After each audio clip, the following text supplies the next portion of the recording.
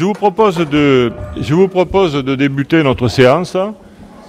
Merci donc à chacun d'entre vous d'être présent pour ce conseil municipal un peu particulier, étant donné que nous l'organisons à huis clos, compte tenu de la situation sanitaire que vous connaissez tous les uns et les autres. Nous avons un ordre du jour relativement classique. Nous avions prévu au départ, si vous vous en souvenez, lors du précédent conseil, de prévoir l'organisation d'un débat d'orientation générale, mais la situation fait que nous avons des questions obligatoires à traiter, et donc nous reporterons à un autre conseil ce sujet auquel je tiens tout particulièrement, relatif à la politique de la municipalité, de telle sorte que chacun puisse s'exprimer. Donc à huis clos, compte tenu de la situation sanitaire, je vous propose tout d'abord de regarder l'approbation du procès-verbal de la séance précédente, du 30 septembre 2020. Voilà, donc vous avez reçu le compte rendu, plus développé qu'à l'accoutumée, et donc est-ce qu'il attire des remarques particulières de votre part? Monsieur Rugani. Donc effectivement, bonjour Monsieur le maire, bonjour à tous. Donc, effectivement, on note une rédaction plus explicite et on vous en remercie puisque c'était une demande et effectivement les échanges sont beaucoup plus détaillés. Je voulais revenir sur le point 3, sur la mise en place de la commission de sécurité. Vous indiquez que le débat, la mise en place de cette commission est liée à une demande de la population et des élus. On aurait préféré, pour notre groupe, c'est quand même une demande qui a émané lors du conseil de notre groupe. Je me rappelle avoir pris la parole pour demander de faire cette commission. Et je trouve dommage, effectivement, que dans le PV, il ne soit pas indiqué que c'est votre opposition, votre minorité, comme vous la nommez, qui a demandé cette commission. Ça prouverait que nous sommes force de proposition et que vous êtes à l'écoute de nos demandes et que vous les mettez en œuvre. Voilà.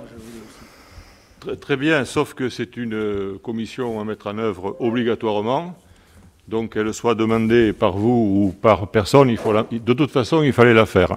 Deuxièmement, on peut s'acheminer les uns et les autres vers un pointillisme sémantique qui, ma foi, ne sera pas toujours du meilleur effet, mais pourquoi pas, voilà. De toute façon, c'est une commission obligatoire, donc on la met en œuvre.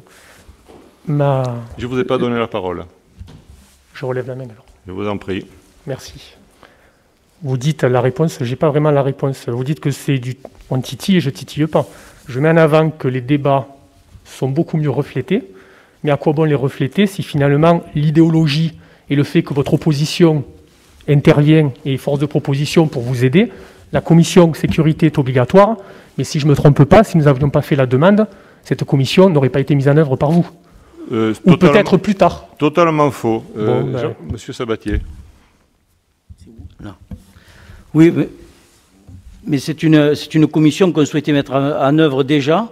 Donc c'est gentil de nous l'avoir rappelé, mais ce n'est pas la seule chose qui nous a permis de mettre en œuvre. Voilà. Donc si on se met à chacun à tout marquer, on n'y arrivera jamais. Merci. Pas chacun. Je ne vous ai pas donné la parole, monsieur Rugani, s'il vous plaît. Mettez la réalité des Monsieur faits. Rugani. Oui, monsieur Bessières. Monsieur Rugani, calmez-vous. Sinon, vous allez nous asphyxier quoi, avec le flot de vos questions. Posez calmement, modéré, et tout se passera bien. Nous sommes en conseil municipal. Nous sommes devant la population puisque le conseil municipal sera présenté sur les réseaux sociaux. Ne commençons pas à la vitesse, on ne s'en sortira pas. Hein. Pardon?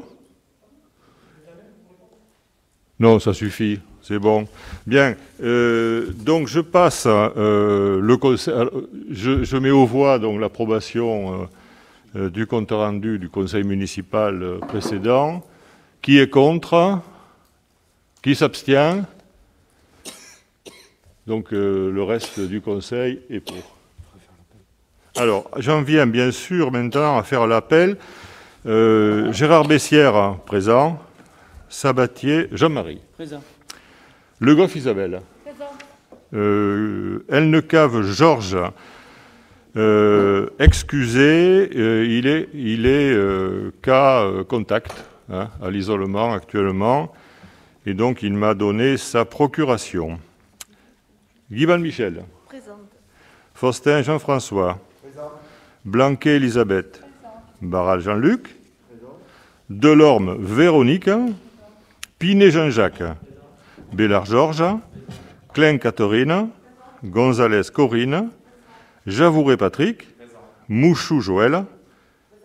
Crémieux Rosemée. Sinési Hélène. Garcia Stéphane. Deltour Michael. Jabert Louise.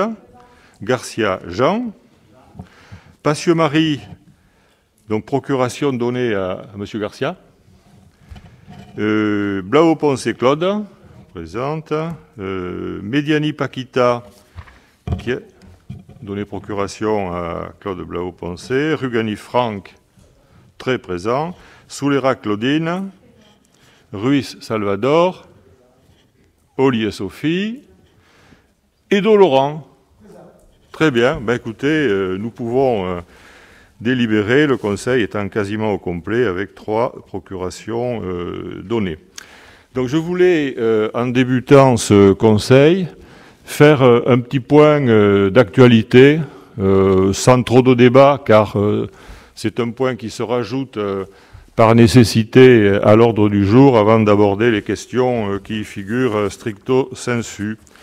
Pour vous rappeler que nous sommes dans un reconfinement, qui est un sujet extrêmement délicat, et la municipalité s'est immédiatement penchée sur ce dossier en réunissant dès le jeudi dernier, avant l'annonce faite par le président de la République qui est intervenu le vendredi, étant donné que nous avions des signes avant-coureurs sur ce qui allait se décider.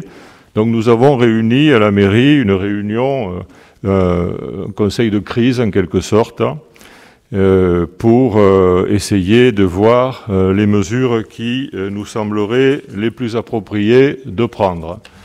Et donc nous avons tout de suite rédigé une lettre aux Clermontaises et aux Clermontais que nous avons distribuée dans les boîtes aux lettres. Ça a été fait par les adjoints et les conseillers municipaux, tiré à 5000 exemplaires, pour dire à la population ce que nous faisions de très concret pour nous adapter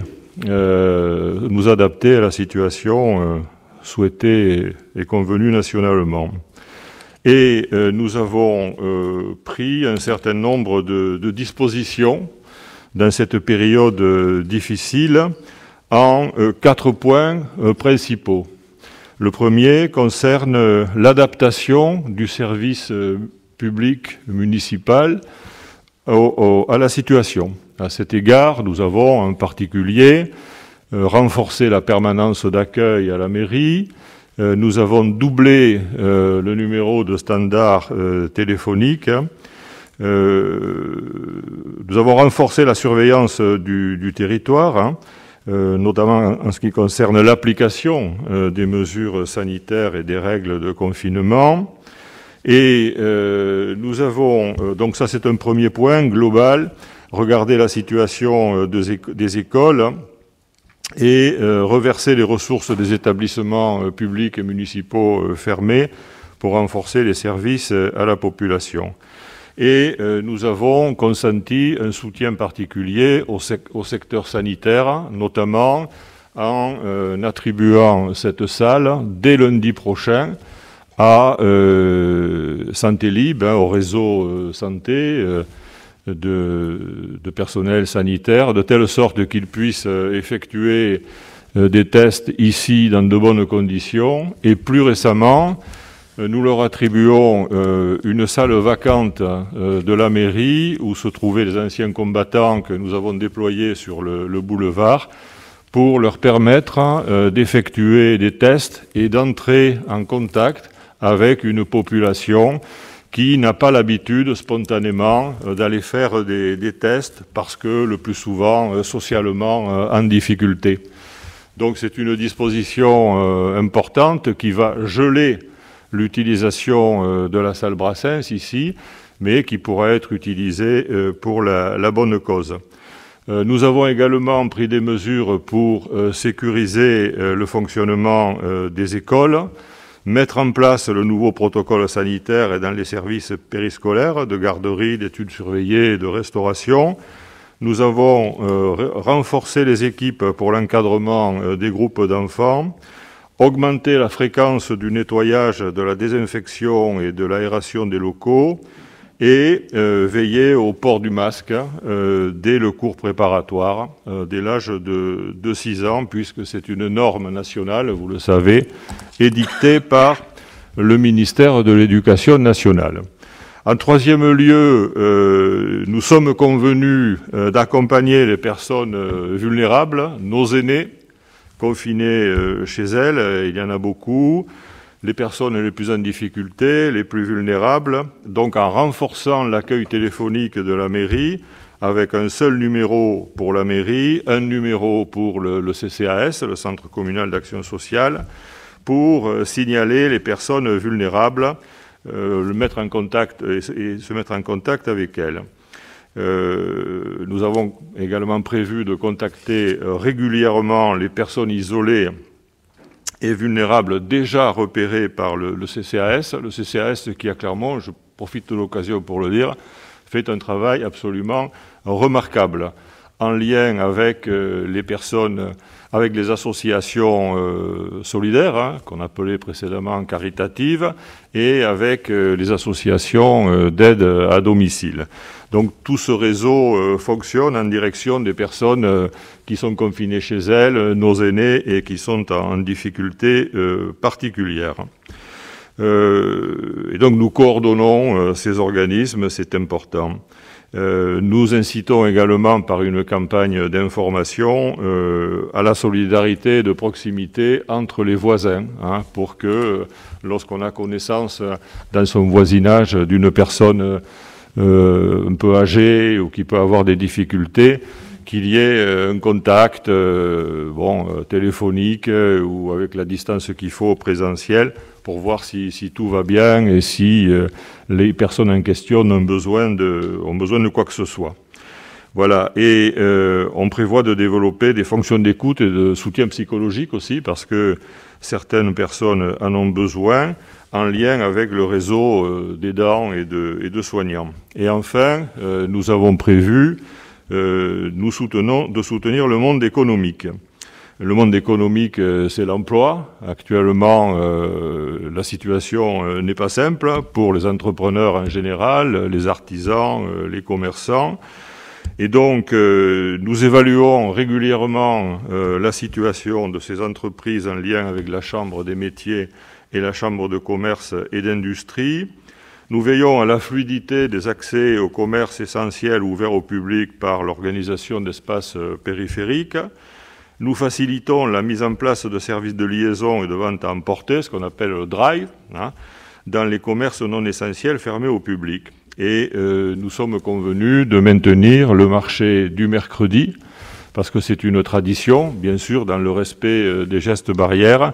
Et nous prévoyons également d'organiser, à partir de vendredi, un petit marché permanent en centre-ville pour permettre aux personnes du centre-ville qui n'ont pas la possibilité de se déplacer autrement qu'à pied, bien souvent, de pouvoir s'alimenter.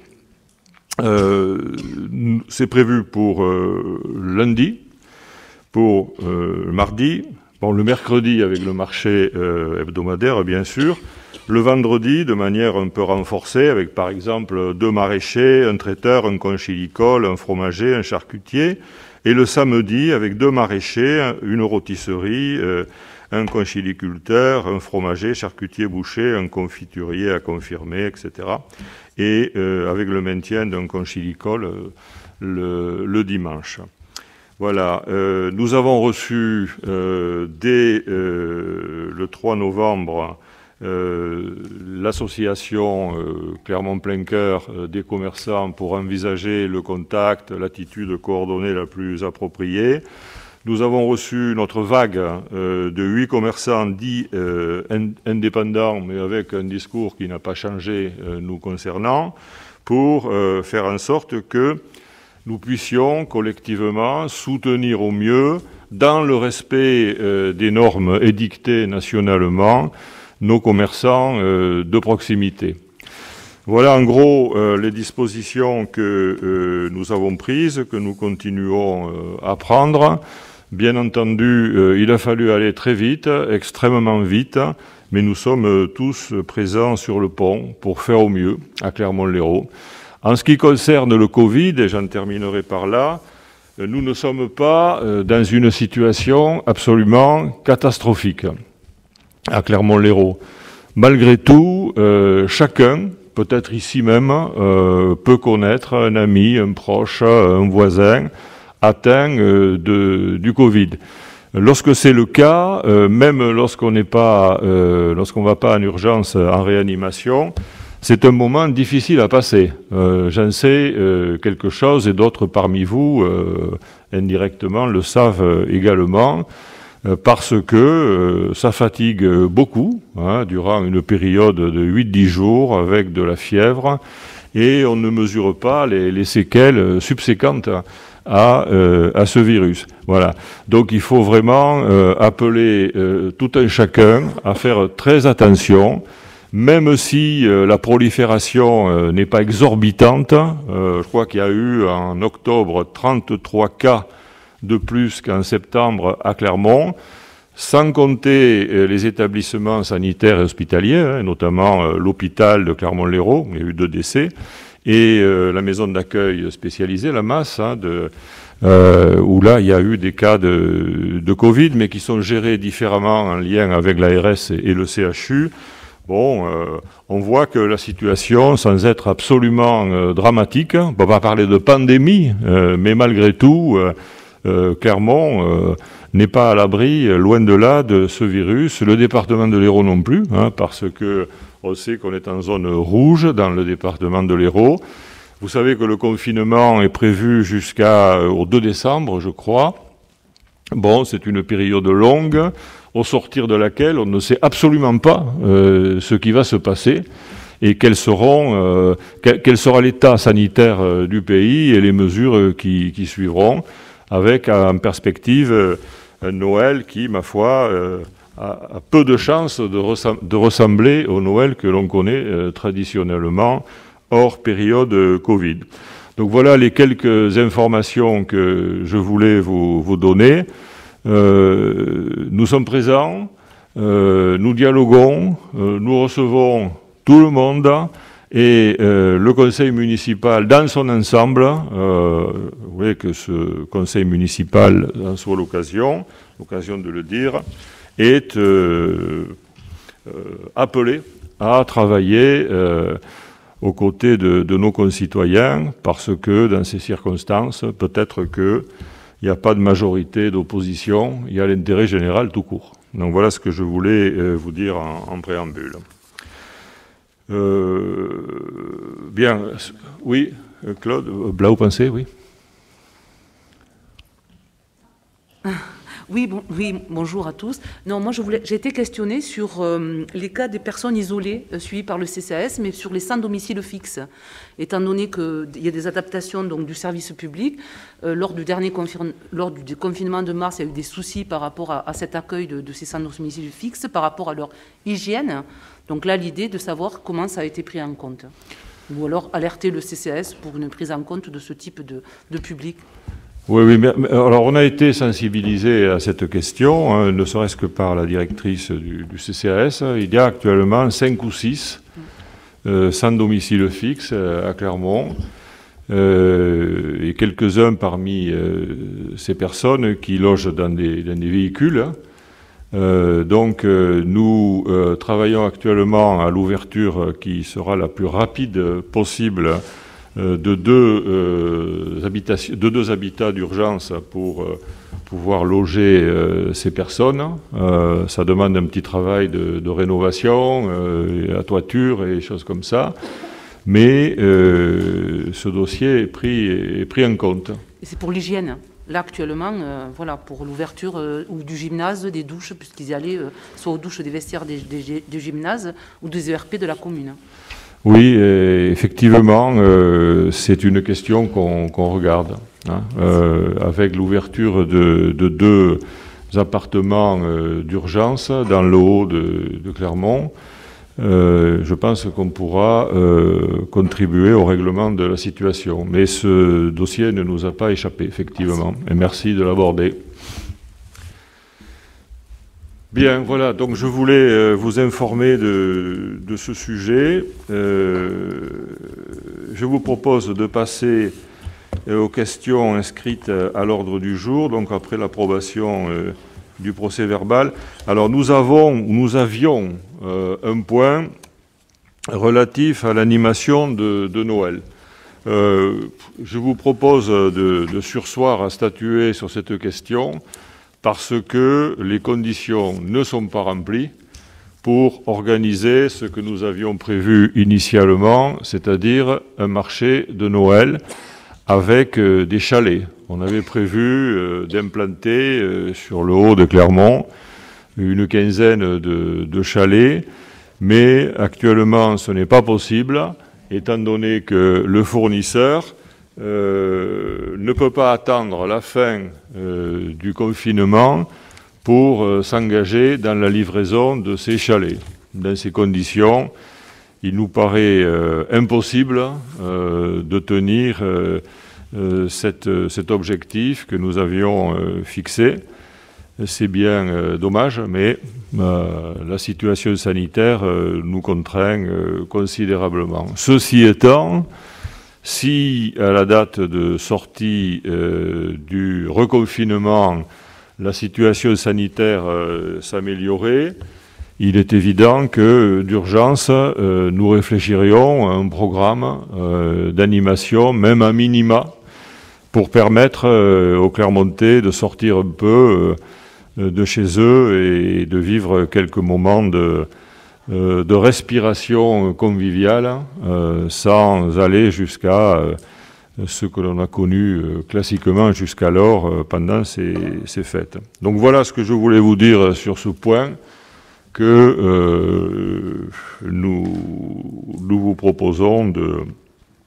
Enfin, à moins que vous souhaitiez voter, mais bon, il me semble que l'urgence est là et qu'on n'est absolument pas en mesure de tenir cet engagement. Donc je vous propose, formalisons les choses, de voter sur l'annulation de ces animations de Noël, et notamment de la mise en place de chalets. On y avait pensé, on se réjouissait d'ailleurs à l'idée de faire ça, parce que ça mettait de l'animation et de l'activité, mais bon, ça nous semble pas possible. Donc, je propose de voter. Qui est contre la proposition d'annuler ce marché de Noël? Qui s'abstient? Et donc, merci.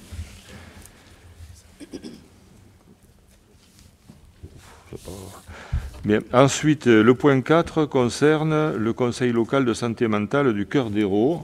C'est rapporté par Isabelle Le Goff, qui est adjointe aux solidarités. Bonsoir. Le CIDEL du pays Cœur d'Hérault et l'Agence régionale de santé Occitanie ont signé sur la période de 2013 à 2017 un contrat local de santé qui a, pendant près de 5 ans, favorisé le développement du partenariat et permis la mise en œuvre d'un grand nombre d'actions favorables à l'amélioration de la santé de la population du territoire. En 2019, un nouveau contrat local de santé a été signé pour une période de 5 ans, du 1er janvier 2019 au 31 décembre 2023. Il s'articule autour de 5 axes d'action, dont l'un porte sur la santé mentale, intégrant notamment la mise en place et l'animation d'un contrat local de santé mentale, autrement dénommé CLSM. Le CLSM, porté à l'échelle du pays Cœur d'Hérault, s'appuie sur un représentant de chaque communauté de communes et des mairies de Clermont-Lérault, Gignac et Lodève. Il est donc proposé au conseil municipal de désigner le représentant de la commune au conseil local de santé mentale du pays Cœur d'Hérault. Merci, Madame Le Goff. Donc nous vous proposons de désigner Hélène Sinési. Qui est contre? Qui s'abstient? Bon, merci. Point 5, subvention exceptionnelle à l'édition 2020 du festival Le Salagou en question. Donc c'est Madame l'adjointe en question. Oui, il est un peu en question d'ailleurs, mais enfin on verra. En chanson. Donc Madame l'adjointe aux finances rapporte sur ce dossier. Par courrier du 28. Par courrier du 28 août 2020, l'association Festival de la chanson française au Cœur d'Hérault a sollicité l'attribution d'une subvention exceptionnelle de 1 000 € pour l'organisation de l'édition 2020 du festival Le Salagou en chanson. Considérant qu'il convient de soutenir cette manifestation culturelle dans un contexte sanitaire dégradé et dans l'objectif d'intensifier la programmation localisée sur la commune lors des prochaines éditions. Il est proposé au conseil municipal d'attribuer une subvention exceptionnelle de 1 000 € à l'association organisatrice de l'édition 2020 du festival Le Salagou en chanson, d'autoriser Monsieur le maire à engager toute démarche et à signer tout document ou acte se rapportant à l'objet de cette délibération. Merci. Des questions? Oui.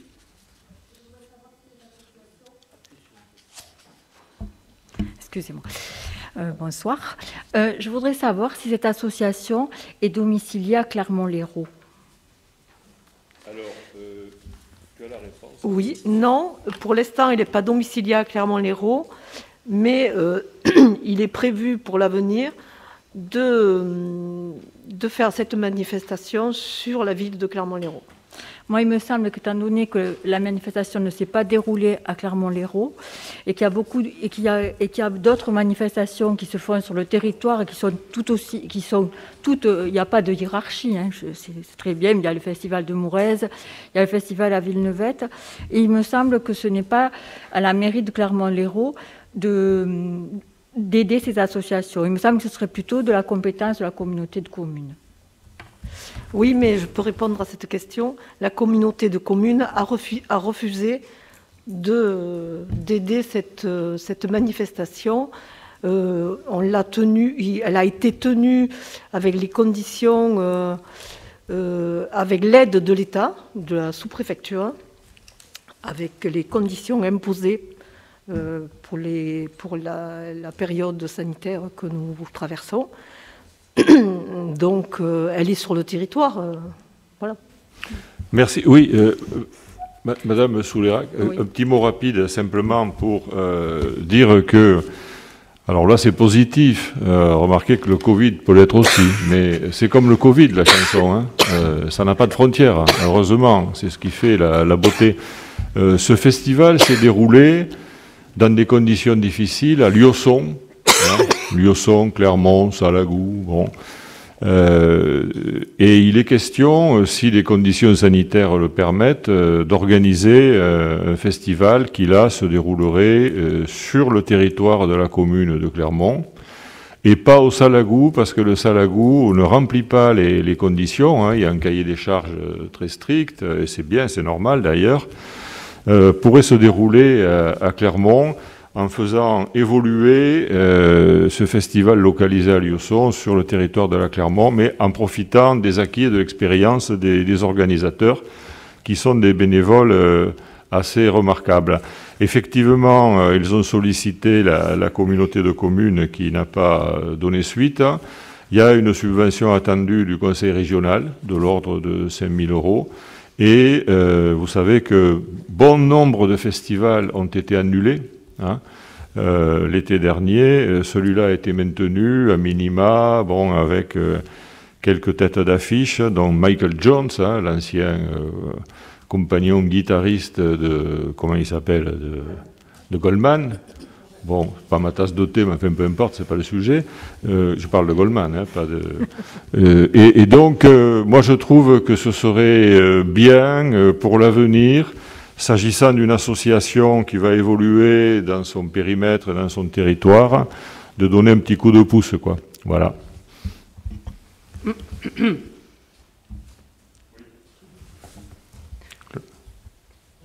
Oui, moi aussi je me suis interrogée comme Claudine. Je trouve pas très équitable par rapport aux associations de la ville qui ont fait des manifestations de ce type avec les mêmes problèmes, qu'on puisse accorder 1 000 €, surtout que le département a octroyé 800 € à cette association par rapport au festival.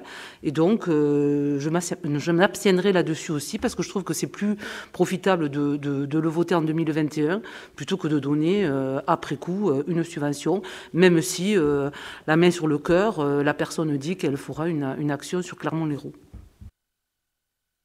Bien, merci. Bon, écoutez, je vous propose de passer au vote. Hein. Qui est contre? Qui s'abstient?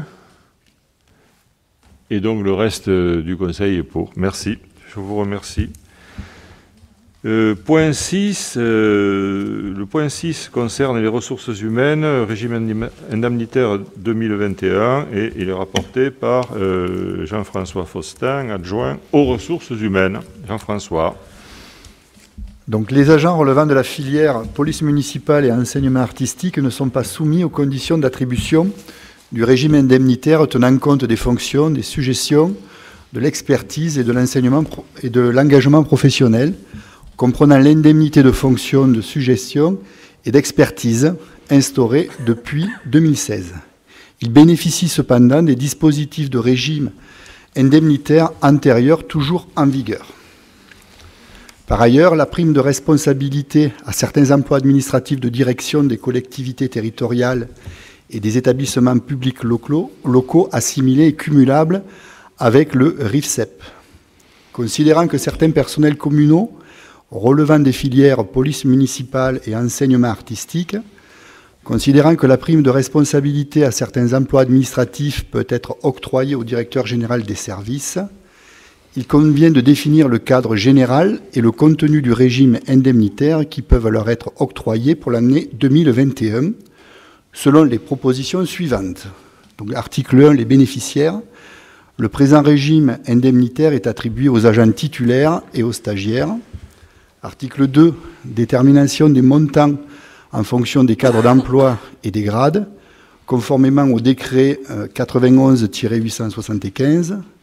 Le maire fixera par arrêté le montant individuel selon les crédits globaux proposés. Donc pour la filière culturelle, indemnité de suivi et d'orientation, donc le décret 91-875 du 6 septembre 91 modifié. Alors les grades assistant d'enseignement artistique principal de première classe.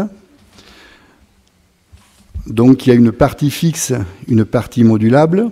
Les agents concernés, il y a 2 agents pour la partie fixe et la partie modulable. Le montant individuel maximum est proposé à 1213,56. Pour la partie modulable à 1425,84. Le crédit global maximum, partie fixe 2427,12, partie modulable 2851,68, crédit voté donc pour la partie fixe 2427,12, la partie modulable 2322,32, soit un total de crédit voté pour 4749,44. Indemnité de permanence, donc décret numéro 2001-623 du 12 juillet 2001, modifié. Le grade, assistant d'enseignement artistique principal première classe, nombre d'agents 1, montant de référence du samedi 45, permanence effectuée 9, crédit total voté 405, ce qui nous donne un crédit total de 405. Pour la filière municipale, indemnité mensuelle de fonction, décret 97-703 du 31 mai 1997 modifié. Donc, pour le grade chef de service de la police principale de première classe, donc chef de poste, le taux est de 30%. Chef de service de police principal première classe, le taux est de 26,5%. Brigadier chef principal, 20%. Brigadier, 20%. L'indemnité d'administration et de technicité, donc décret 91-875 du 6 septembre 1991 modifié. Le grade brigadier chef principal, nombre d'agents 1, montant moyen annuel 495,93, coefficient multiplicateur 6, crédit global voté, donc 2975,58 multiplié par 2/12, ce qui nous donne un total de 495,93. Total 495,93. Filière administrative. Prime de responsabilité à certains emplois administratifs de direction. Décret 88-631 du 6 mai 1988. Donc, emploi directeur général des services, taux 15%. Il est proposé au conseil municipal donc d'approuver le régime indemnitaire pour l'année 2021 au cadre d'emploi des enseignants, des enseignements artistiques et ceux de la police municipale tels que présentés ci-dessus, d'approuver pour l'année 2021 la prime de responsabilité à certains emplois administratifs de direction tels que définis ci-dessus, d'autoriser Monsieur le maire à engager toute démarche et à signer tout document ou acte se rapportant à l'objet de la délibération. Merci, monsieur l'adjoint. Aux ressources humaines, y a-t-il des questions? Oui. Excusez-moi, mais en fait, c'est une question naïve, mais c'est pour avoir un éclairage. Est-ce que c'est nouveau ce que vous proposez? Est-ce que c'est quelque chose qui existait et vous le renouvelez cette année, ou c'est quelque chose que vous avez décidé d'attribuer? Ça, je n'ai pas compris. D'accord, merci. Monsieur le directeur général des services. Bonsoir à tous.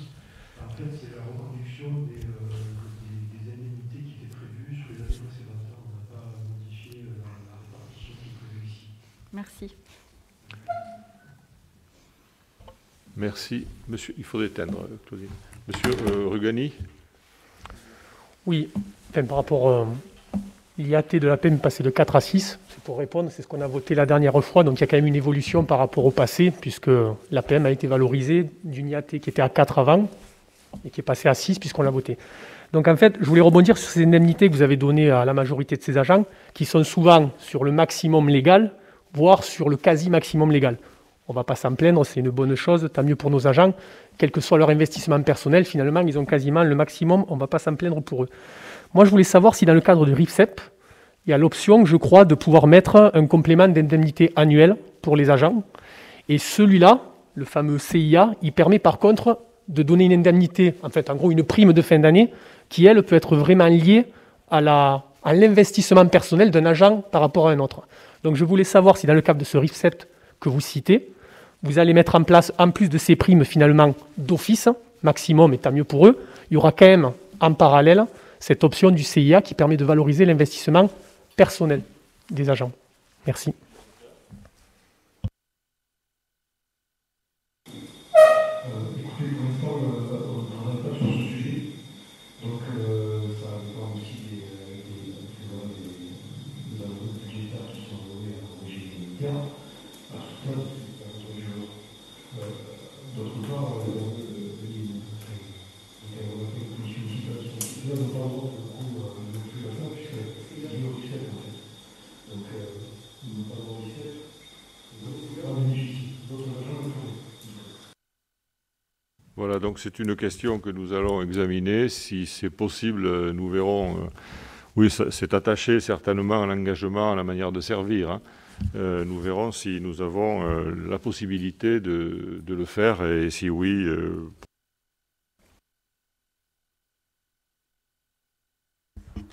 Non, moi c'est pour aussi connaître un peu l'état des lieux du personnel, avoir peut-être une information globale au conseil municipal de l'ensemble donc du personnel que nous avons en commune et de ceux qui ont été recrutés, de ceux qui vont peut-être partir à la retraite, pour avoir un état des lieux général, puisque ça me serait utile d'avoir un petit peu le fonctionnement global. Et ensuite, un autre point à étudier plus tard, peut-être la politique sociale. Moi, je m'intéresse au tourisme social, donc tout ce que nous faisons peut-être pour les salariés, c'est-à-dire les chèques vacances, chèques déjeuner, tout ce qui est un peu politique sociale du personnel, dans un autre temps. Merci, oui, c'est une bonne question, c'est une bonne intervention. Effectivement, nous travaillons depuis quelque temps à la réorganisation des services de la municipalité, parce qu'il y a des entrées, il y a des sorties, etc. Et donc, nous sommes à peu près en place et prêts à proposer officiellement, à informer sur ce dispositif de réorganisation. Nous en informerons très précisément le conseil municipal, parce que c'est important de le faire. Nous allons publier également sur le site de la mairie et sur le Facebook de la mairie l'organigramme nouveau, parce que jusqu'à présent je ne l'avais pas vu, donc nous le ferons. Nous mettrons en place un organigramme avec les élus, leurs responsabilités, les personnels techniques. En ce qui concerne, comme ça, un chiffre ou deux, en 2021, j'ai demandé d'effectuer au service des ressources humaines de la mairie un travail prospectif sur la pyramide des âges d'ici la fin du prochain mandat. Et par exemple, en 2021, il y a 7 départs à la retraite. Donc c'est un signe qui démontre, s'il le fallait, que la pyramide des âges dans nos contrées en général est assez élevée, et qu'il y a beaucoup d'agents qui sont appelés à partir à la retraite dans les prochaines années, 7 en 2021, ce qui pose la question de l'organisation, de la continuité du service public, et de la meilleure manière de servir la population dans une optique de service public. Donc voilà ce qu'on peut dire, on y travaille. Quant à la politique sociale, effectivement, c'est un dossier à regarder de près, en particulier, bon, je l'indique parce qu'on a prévu des cadeaux aux enfants, des personnels. On avait prévu de faire un rassemblement un peu festif à Noël, ici même, mais manifestement, ça ne sera pas possible. Donc, on va trouver d'autres solutions pour malgré tout offrir un cadeau au personnel, aux enfants des personnels. Ils sont 40 à peu près les enfants. On a compté ça.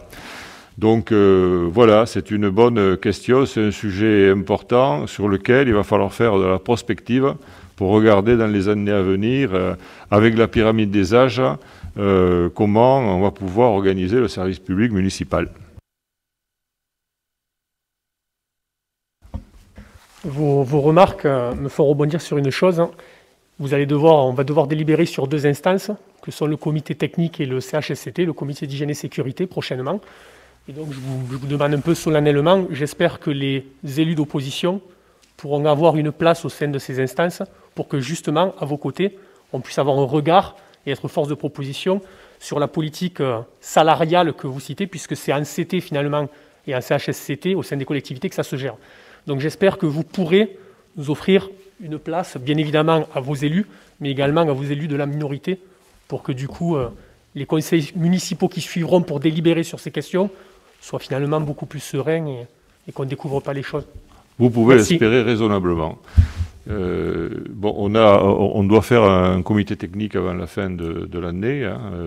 On en a fait un déjà, bon, qui n'était pas à blanc, mais qui permettait de voir un peu quelle était l'ambiance, quels étaient l'état des troupes. Bon, donc on doit en faire un autre et avoir un représentant des minorités en comité technique. Moi, je n'y vois aucun inconvénient, bien entendu.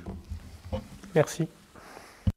Donc sur les indemnités, qui est contre, qui s'abstient, qui est pour, merci.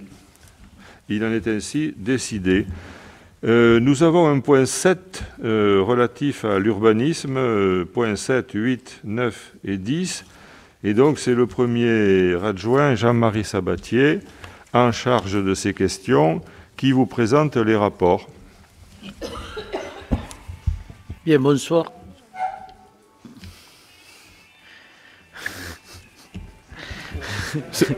C'est sympa comme musique, Jean-Jacques. Tu aurais pu le laisser depuis le début.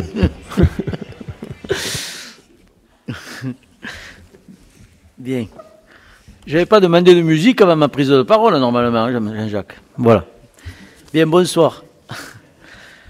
Le point 7. Approbation d'une convention prévoyant le transfert de la voirie et des espaces communs du lotissement Les Terrasses de l'Arnay dans le domaine public communal. Avenant numéro 2 à la Convention. Par délibération en date du 17 septembre 2015, les membres du conseil municipal ont approuvé une convention entre la SAS GGL Le Groupe et la commune de Clermont, définissant les modalités de transfert de la voirie et des espaces communs du lotissement Les Terrasses de l'Arnay dans le domaine public communal. Par délibération du 3 juillet 2018, un premier avenant a permis d'inclure la parcelle CY numéro 203 omise par le géomètre dans le périmètre des voies et espaces communs du lotissement pour la rétrocéder au domaine public communal. Par courriel du 30 septembre 2020, la SAS GGL Groupe a demandé à ce que soient intégrées au domaine public 2 autres parcelles. Il s'agit des parcelles cadastrées section CY numéro 250 de 15 mètres carrés et CY numéro 252 de 2 mètres carrés, tels que les identifient l'extrait cadastral et les plans ci-joints annexés. Ces 2 parcelles faisant partie de la voirie du lotissement Les Terrasses de l'Arnay, il convient de les intégrer au domaine public communal, opération qui devra être actée par avenant. Toutes les autres conditions prévues au terme de la convention conclue entre la commune et la SAS GGL en date du 28 septembre 2015 restent inchangées. Le demandeur assumera les frais d'acte inhérents à cette opération. Il est proposé au conseil municipal d'approuver l'avenant numéro 2 à la convention des remises des voiries et parties communes du 28 septembre 2015 de l'opération Les Terrasses de l'Arnay 6 juin annexé, d'autoriser Monsieur le maire à engager toute démarche et à signer tout document ou acte se rapportant à l'objet de la délibération. Merci. Y a-t-il des questions? Bien. Donc, qui est contre? Qui s'abstient? Qui est pour? Il en est ainsi décidé. Merci, Monsieur le premier adjoint. Point 8. Le point numéro 8, il n'y a pas de musique là avant le point numéro 8? D'accord. Déclassement de la parcelle cadastrée section A 154, située à Villeneuve, ancien centre aéré de la commune de Clermont-Lérault. Transfert dans le domaine privé communal. La parcelle cadastrée section A numéro 154, située au lieu dit Les Châtaigniers à Villeneuve, propriété de la commune de Clermont-Lérault, avait été affectée en 2006 au fonctionnement d'un accueil de loisirs dont la gestion était assurée par la communauté de communes du Clermontais dans le cadre de la compétence jeunesse. Cette parcelle de 5280 m² en zone non constructible de Villeneuve abrite un immeuble ancien auquel est adossée une construction plus récente. Un grand bois entoure cet immeuble dont l'emprise est située à l'intérieur de la zone de protection spéciale de Salagou Natura 2000, classée au site patrimonial remarquable et dans le périmètre des monuments historiques en raison de la proximité de la manufacture royale de la cité de Villeneuve. Depuis plus de 4 ans, la communauté commune du Clermontais a renoncé à utiliser ses locaux pour le fonctionnement de son accueil de loisirs et aucune autre activité n'y a été organisée depuis. Par ailleurs, cet immeuble d'un certain cachet, doté de belles façades en pierre, risque de se dégrader rapidement et de faire l'objet d'occupations illicites malgré la fermeture du site et l'obstruction des fenêtres. L'article L. 2111-1 du Code général de la propriété des personnes publiques dispose que sous réserve de dispositions législatives spéciales, le domaine public d'une personne publique mentionné à l'article L1 est constitué des biens lui appartenant qui sont soit affectés à l'usage direct du public, soit affectés à un service public pourvu qu'en ce cas, il fasse l'objet d'un aménagement indispensable à l'exécution des missions de ce service public. Aujourd'hui, le critère de l'aménagement indispensable pour retenir l'affectation du bien en service public n'est plus avéré dès lors que cette propriété communale n'est plus affectée au service public de la jeunesse depuis plus de 4 ans. La vétusté des installations et les non-conformités constatées ne permettent pas d'y établir ces activités en l'état. D'autre part, le site n'est plus ouvert au public pour des raisons de sécurité, des traces de camping sauvage ayant été découvertes à proximité de l'immeuble. Ainsi, les deux conditions alternatives requises pour qualifier un bien comme appartenant au domaine public communal ne sont plus réunies. En conséquence, son classement dans le domaine public communal ne se justifie plus. Conformément à l'article L. 2141-1 du CG3P, il appartient alors au conseil municipal de délibérer pour constater la désaffection matérielle du bien. Ceci aura pour effet de déclasser cette parcelle du domaine public communal et de transférer son emprise dans le domaine privé de la commune. Au vu de ces éléments, il est proposé au conseil municipal de constater la désaffection matérielle de la parcelle cadastrée section A 154 de 5280 m² située à Villeneuve et servant autrefois de centre de loisirs. De déclasser du domaine public communal la totalité de la parcelle cadastrée section A 154, de dire que cette parcelle est désormais classée dans le domaine privé de la commune, d'autoriser Monsieur le maire à engager toute démarche et à signer tout document ou acte se rapportant à l'objet de la délibération. Bien, merci.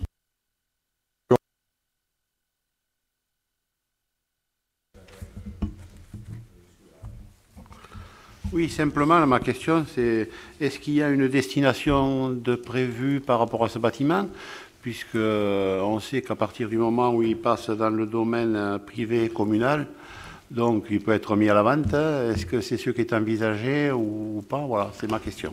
Oui, oui, c'est ce qui est envisagé, étant donné que ce bâtiment est désaffecté, tombe en désuétude, se dégrade. L'objectif est de le mettre à la vente, de le confier à des professionnels, de telle sorte que l'on puisse réaffecter cette vente sur des opérations d'intérêt public à Clermont-Lérault.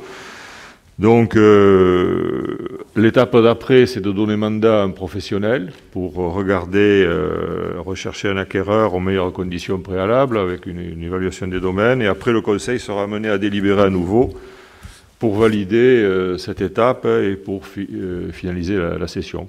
Voilà. J'avais la même question. Et moi, il me semble que c'est une bonne chose, effectivement, de le mettre à la vente. Par contre, le parcours sportif qui est derrière appartient également à la commune de Clermont-Lérault. Et là, est-ce que le parcours sportif sera aussi mis à la vente ou il restera à la disposition des Clermontais et puis des gens? Oui, je pourrais passer la parole à Monsieur Barral, Jean-Luc, qui a regardé ce dossier, mais c'est une parcelle différente. Oui, bonsoir. C'est une question qui reste ouverte en réalité, le parcours sportif, parce que il est bien sûr qu'il est intéressant qu'il demeure, bien qu'il soit à peu près désaffecté à l'heure actuelle. Il y a peu de gens qui l'utilisent. On peut le regretter, mais c'est comme ça. Mon opinion personnelle, mais ça ne lie personne, certainement pas la commune, c'est qu'il s'agit d'un bien que nous avons sur le territoire de Villeneuve et nous ne sommes donc pas sur le territoire de la commune de Clermont. À l'idéal, il me semble qu'on pourrait en faire la proposition à la mairie de Villeneuve, puisque l'utilité pour la commune ne me paraît pas avérée. C'était intéressant tant que les enfants pouvaient évidemment en profiter. Au jour d'aujourd'hui, c'est une charge et ce n'est pas sur notre territoire. Donc à défaut d'en avoir une utilité purement communale, il me semble que nous devrions le proposer. Mais sinon, on peut le garder dans notre patrimoine, ça n'y fait pas grand mal. Madame Blau-Poncet. Oui, moi j'ai du mal à me séparer des patrimoines et celui-ci me tient particulièrement à cœur. Et je trouvais peut-être qu'avant de le vendre ou de le mettre en vente, réfléchir peut-être à d'autres solutions et d'autres alternatives. Moi, je travaille dans le tourisme, aérotourisme, comme vous le savez. On accompagne des communes sur des choix stratégiques par rapport justement à des établissements de ce type. Donc, ça peut être des délégations de services publics, ce que nous avons fait avec le camping. Vous avez fait les élus précédents avec le camping et ensuite donc autre chose. Il y a des possibilités aussi avec des gestions de PEP, l'association départementale des pupilles de l'enseignement public, qui gère déjà des centres de vacances, qui gère aussi en fin de compte d'autres établissements, des centres de loisirs avec ou sans hébergement. Donc voilà, moi je m'abstiendrai aussi parce que je trouve un petit peu difficile de prendre une décision alors que je n'ai pas tous les tenants et aboutissants et que ce patrimoine sur la commune aurait pu être valorisé, bien sûr avec un coût, je le sais, mais avec des possibilités intéressantes. Bien, oui, sauf que le bien en question n'est pas sur le territoire de la commune. Il est sur le territoire de la commune voisine de Villeneuve. Ça, c'est un premier point. Deuxième point, et là, je n'ai pas encore atteint mon seuil d'incompétence, mais dans le domaine des centres de vacances et de loisirs, domaine que je connais particulièrement bien, je vous prie de croire, Madame Blau-Poncet, que ce n'est pas d'actualité pour les associations organisatrices de centres de vacances et de loisirs de se mettre sur les bras du patrimoine qui tombe ensuite en désuétude parce que le secteur est en relative difficulté. En revanche, ce que nous proposons de faire, en liaison avec le conseil municipal et en l'informant, c'est de réaffecter, si la vente intervient, le prix d'achat de ce bâtiment dans des biens publics à usage de services publics et d'intérêt général à Clermont, sur la commune de Clermont. Et Dieu sait que lorsqu'on regarde le haut de Clermont, il y a du travail et du potentiel. Voilà.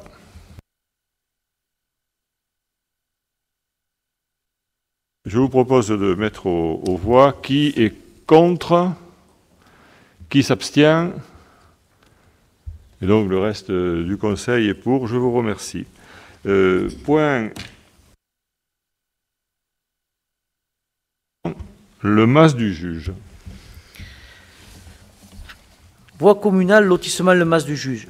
Dénomination d'une voie, impasse du mas du juge. Il est nécessaire de dénommer la voie desservant le lotissement du mas du juge.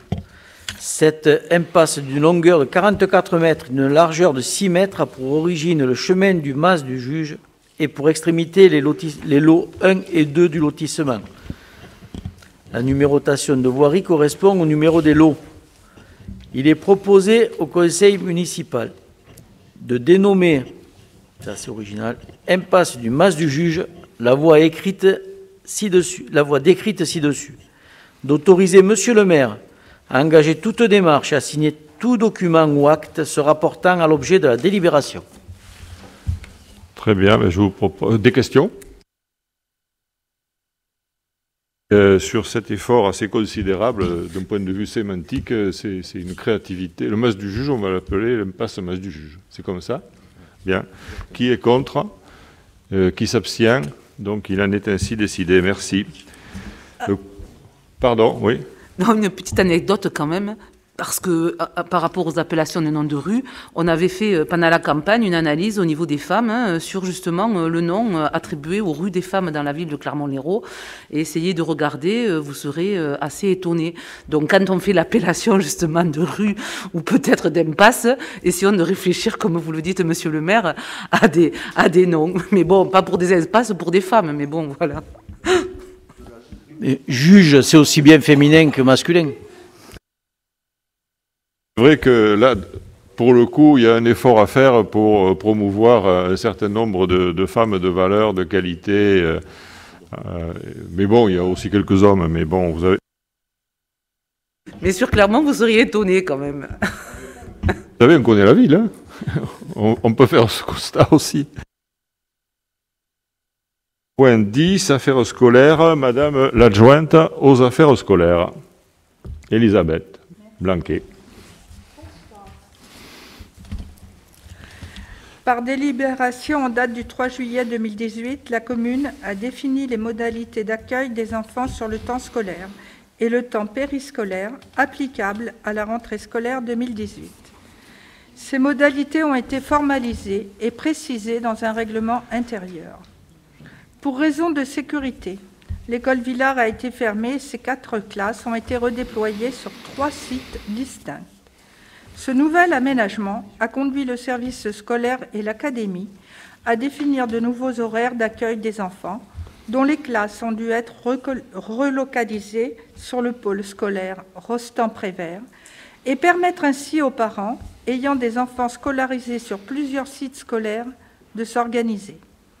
La semaine de classe des enfants inscrits à l'école Villard et accueillis sur le pôle scolaire Rostand-Prévert s'établit comme suit. Début de classe à 9 h, accueil dès 8h50. Fin de classe du matin à 12h15. Reprise de classe à 14 h, accueil dès 13h50. Fin de classe de l'après-midi à 16h45. Pour permettre une prise en charge de ces enfants sur l'ensemble de la journée, la commune adapte les horaires de l'accueil périscolaire comme suit. Garderie du matin, de 7h30 à 8h50. Restauration scolaire, de 12h15 à 13h50. Accueil du soir, de 16h45 à 18h. Il est donc proposé au Conseil municipal d'approuver ces modifications des horaires d'accueil pour les enfants scolarisés à l'école Villard et dont la classe est relocalisée sur le pôle scolaire Rostand-Prévert.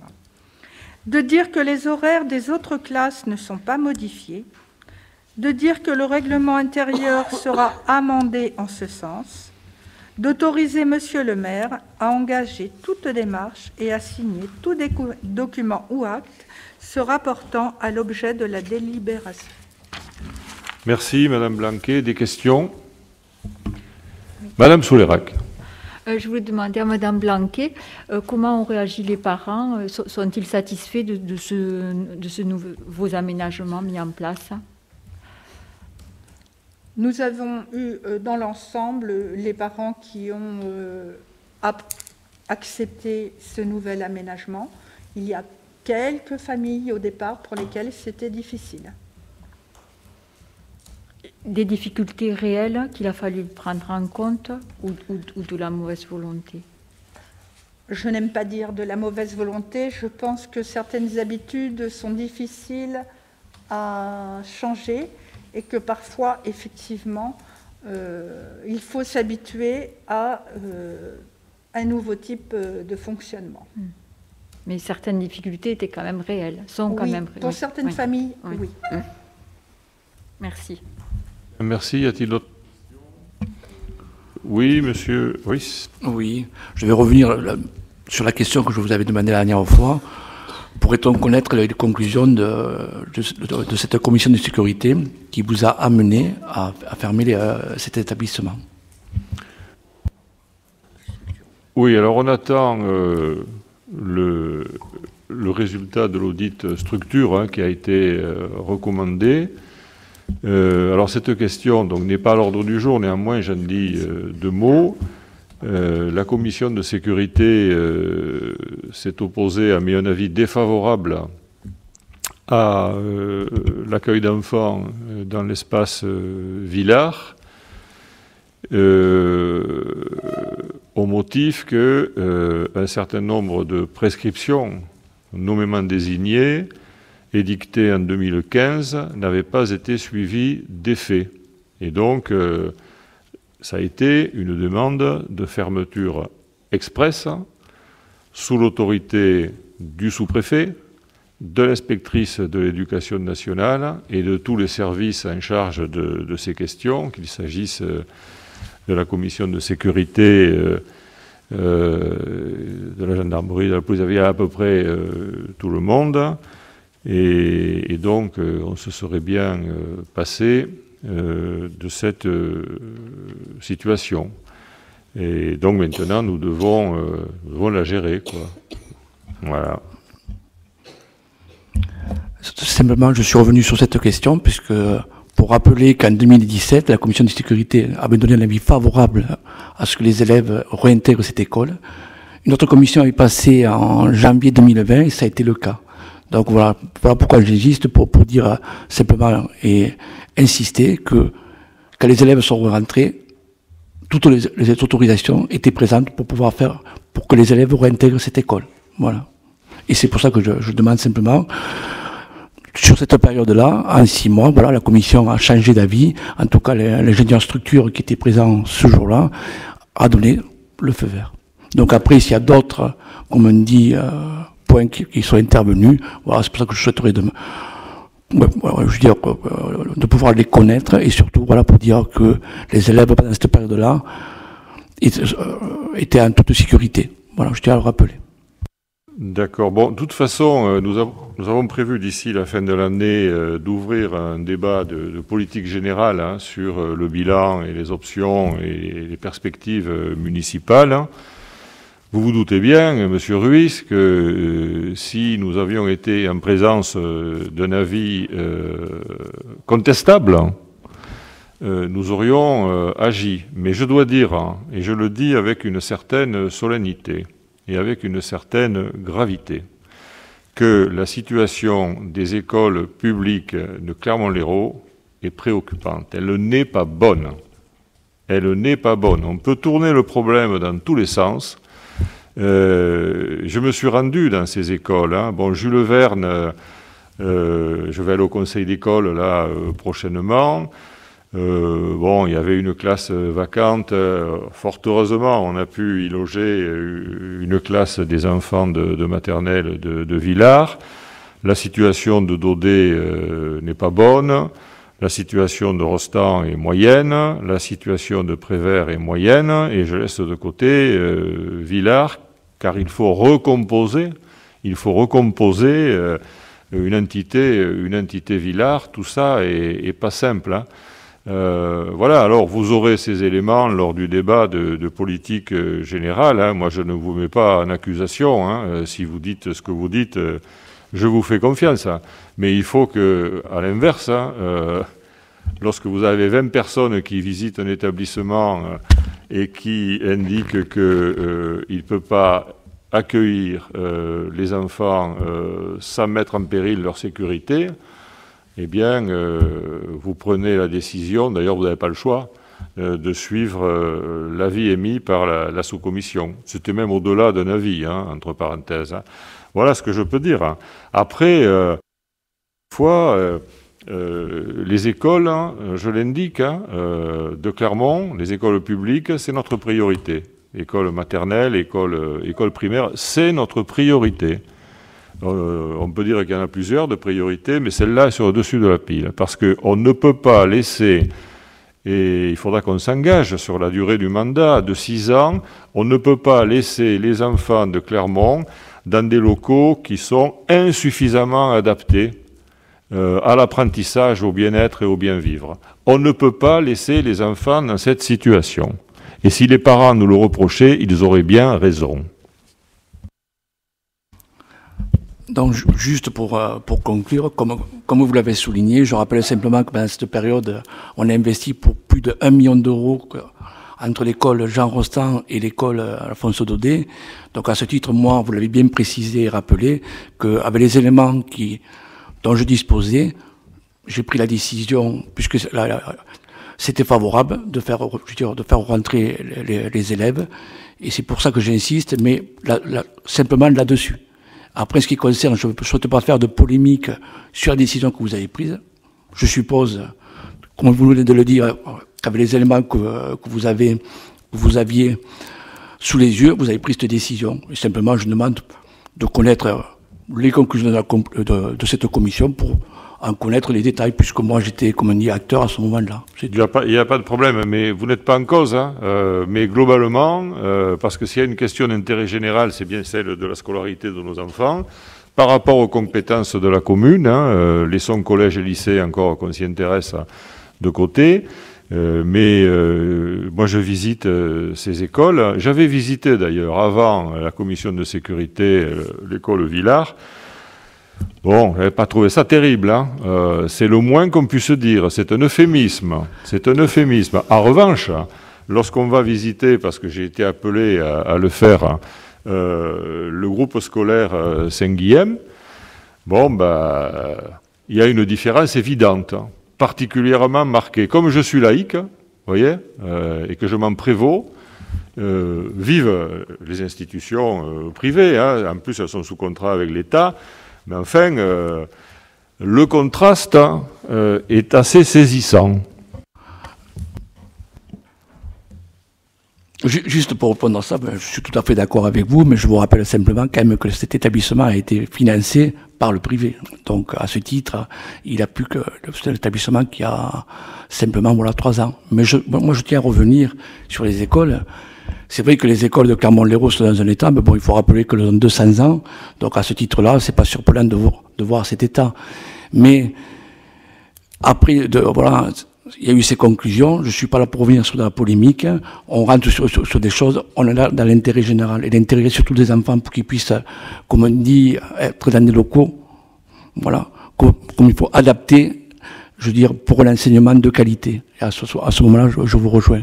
Mais moi, j'ai souhaité insister. C'est vrai que peut-être que j'ai insisté peut-être un peu plus lourdement, mais c'est simplement quand je vois qu'on me dit que j'ai mis en danger les enfants, ce n'est pas vrai. J'avais les autorisations qui étaient là, et donc j'ai fait rentrer les élèves, et bien sûr avec tout l'établissement. Et moi aussi, ce jour-là, il y avait une vingtaine de personnes qui étaient là, et justement, on a fait visiter tout Jean Billard, et on a eu, comme on dit, je vais le rappeler, un article sur le Midi Libre, Jean Billard fait Pont-Neuve. Voilà, c'est tout, je vais arrêter là-dessus. Bon. Bah, écoutez, dont acte, hein, Pont-Neuve, hein, Jean Villard va faire Pont-Neuve, mais la situation précédente, l'expression Pont-Neuve me paraît pas tellement adaptée à la situation de cet établissement, si je peux me permettre. Hein. Bon, bien, je vous propose de passer aux voix. Pardon, qui c'est Madame Souleyrac. Si les ingénieurs structures ne mettent pas en cause la solidité du bâtiment, est-ce que vous envisagez un retour des élèves de l'école Villars au mois de janvier? Simplement, parce que moi, enfin, de l'extérieur, hein, et pour avoir longtemps travaillé dans les écoles, il me semble que cette école Villars éclatait. Bon, il n'y avait pas d'autre solution, vous avez fait pour le mieux, et c'est bien. Mais est-ce que si c'était possible, on ne pourrait pas la remettre dans les locaux en attendant d'envisager une solution plus pérenne?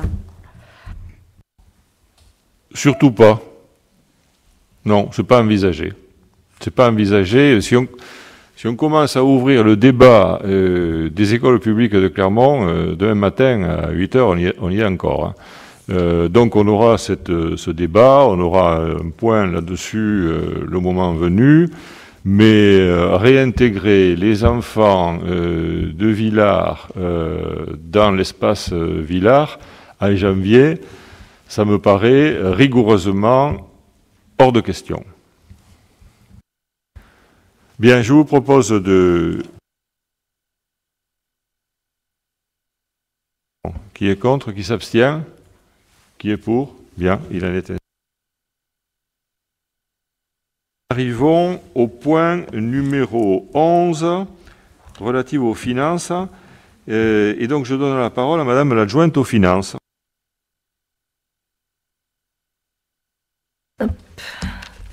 Par délibération du Conseil municipal du 23 juillet 2020, le résultat de clôture du budget annexe de la MAS a été repris et ajouté à l'excédent de fonctionnement du budget général 2018 de la commune, pour un montant de 91 225,73. Pardon. Par contraction du déficit d'investissement qui était de moins 87 879,13 et de l'excédent de fonctionnement qui était de 179 104,86. Cependant, L'affectation du résultat de clôture de la masse ne peut être établie par contraction entre l'investissement et le fonctionnement.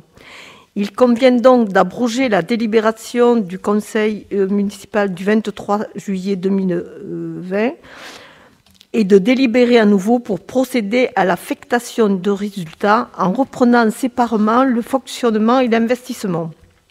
Pour mémoire, en 2019, les dépenses de la section d'investissement sont de 4 070 725,54 €, alors que les recettes sont de 1 896 216,32 €. Le résultat de l'exercice 2019 est donc un déficit de 2 174 509,22 €.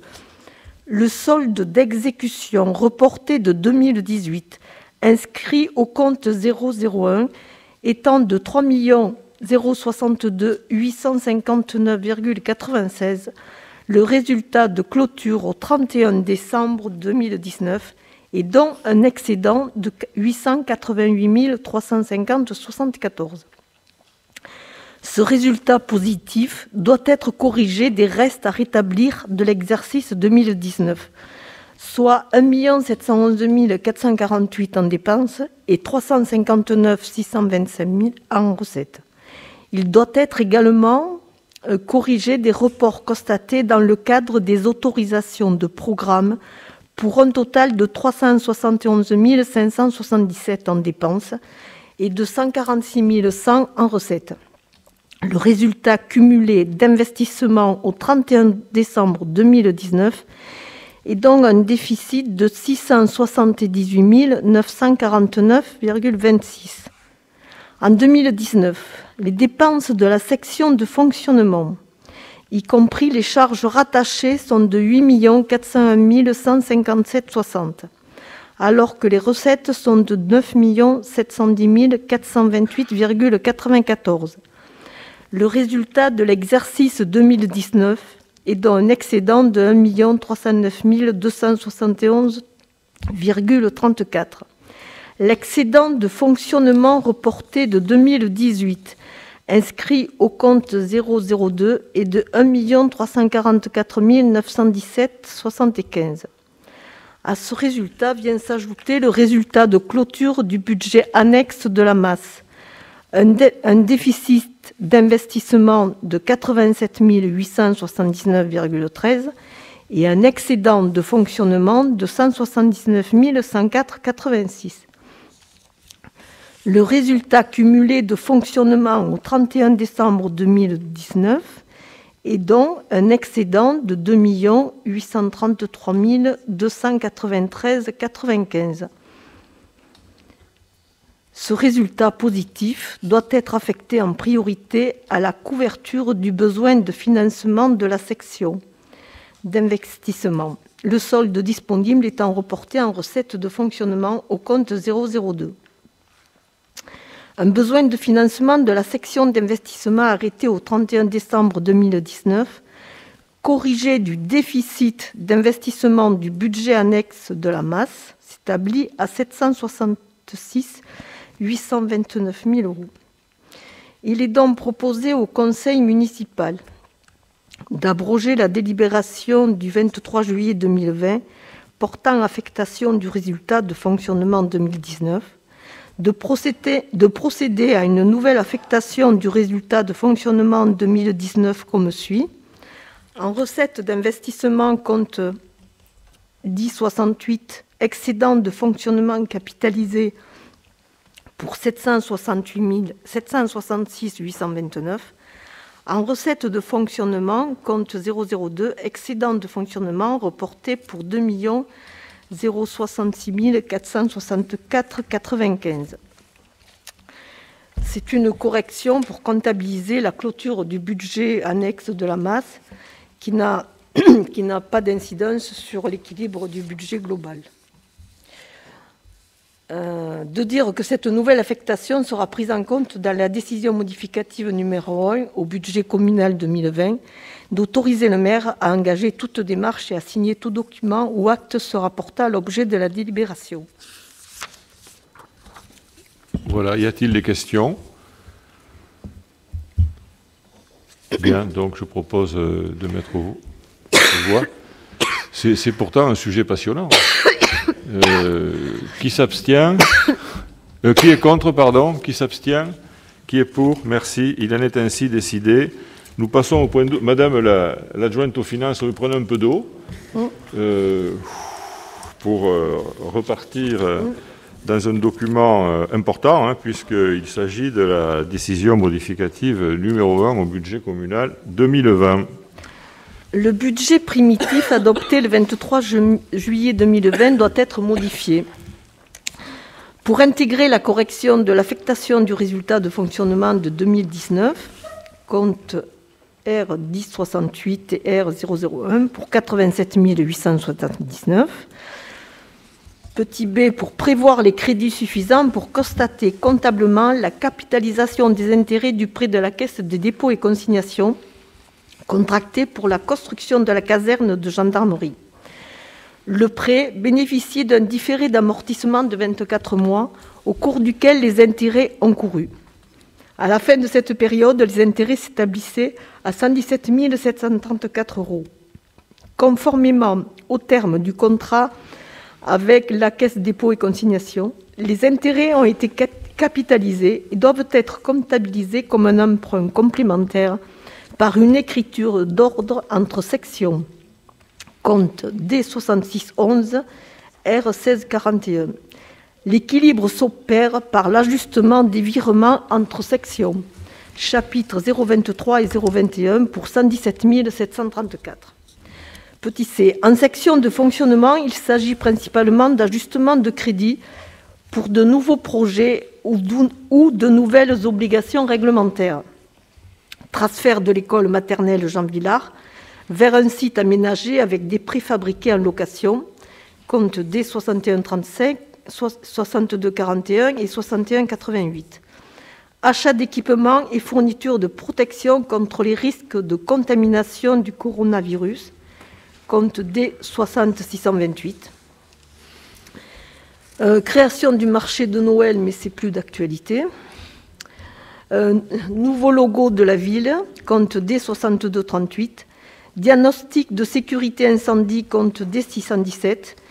Mission d'audit financier, compte D617. Mission d'assistance en urbanisme, compte D6226.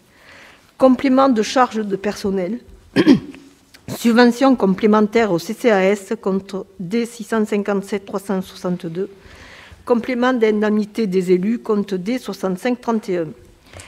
Le financement des nouvelles dépenses provient des crédits pour dépenses imprévues à hauteur de 215 967, compte 022, de la diminution de dépenses virement à la section d'investissement, taxes foncières, fêtes et cérémonies, transports collectifs, cotisations de retraite et de sécurité sociale des élus.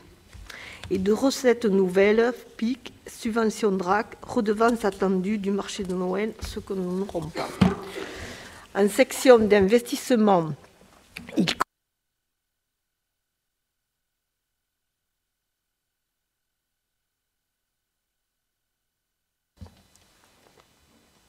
d'engager les études préalables à la réalisation à proximité du site de l'école Jean Rostand de nouveaux locaux pour l'école maternelle Jean Villard. Moins 108 000. Compte D2313. De réaliser les travaux complémentaires nécessaires dans le PAE des Servières.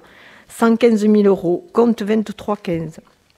De reprendre des piliers du garde-corps du pont du Génie. 17 000 €. Compte 2315. D'engager des travaux de conservation du patrimoine bâti communal. Chapelle des Pénitents, Tour Rambouriane, mur d'enceinte du château médiéval. De réaliser le site internet de la mairie, 15 000 €, compte D2051. De faire le diagnostic de structure de l'école Jean Villard, 6 500, compte 213-12. De réparer la toiture de la maison 3 rue Bauzaine, 33 000 €, compte D2313.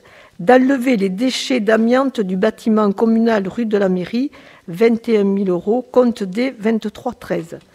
Le financement des nouvelles dépenses provient des crédits pour dépenses imprévues, 187 900, compte 020, de nouvelles subventions de la DRAC pour 30 264, compte 1321, et de la diminution des crédits prévus pour les travaux de voirie et réseaux divers du centre ancien.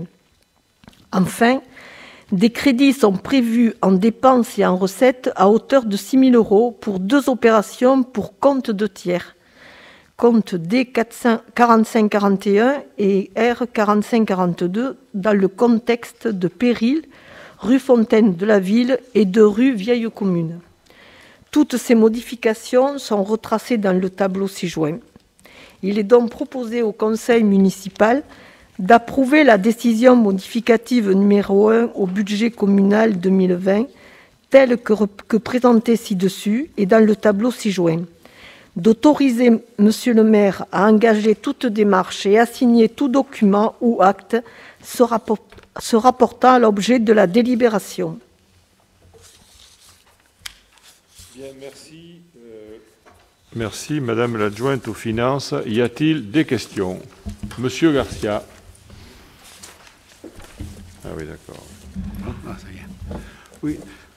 Premièrement, je ferai une remarque qui me paraît intéressante pour tout le monde, c'est que dans la section de fonctionnement, il n'a été mentionné que les codes qui permettent de renvoyer au tableau annexé avec les montants. Bon, ok, quand on sait qu'il faut y aller, c'est bien. Sur l'investissement, les montants ont été marqués directement, donc c'est, à mon sens, plus lisible. C'est dommage que ça n'ait pas été fait dans les deux cas pareils. Voilà, pour éviter d'avoir à jongler un peu. Deuxième remarque, c'est une remarque qui revient régulièrement quand on fait des décisions modificatives. Dans une décision modificative, on met beaucoup de choses. Le problème, enfin, mon problème, c'est que dans l'énoncé de tout ce qu'il y a à l'intérieur, il y a des choses pour lesquelles on est d'accord, forcément, et d'autres pour lesquelles on est un peu plus réticent. En plus, là, je vois complément de charge de personnel, il n'y a rien en face. Donc, est-ce qu'il y a un montant de prévu ou est-ce que c'est un prévisionnel? On prévoit de mettre un complément, mais on ne sait pas ce qu'on va y mettre dedans. Voilà, donc c'est une absence qui me gêne un peu. Après, bon, sur l'ensemble des choses qui sont réalisées, bon, ça me paraît un peu logique. Il y a des choses qui me choquent un peu quand même. Nouveau logo de la ville.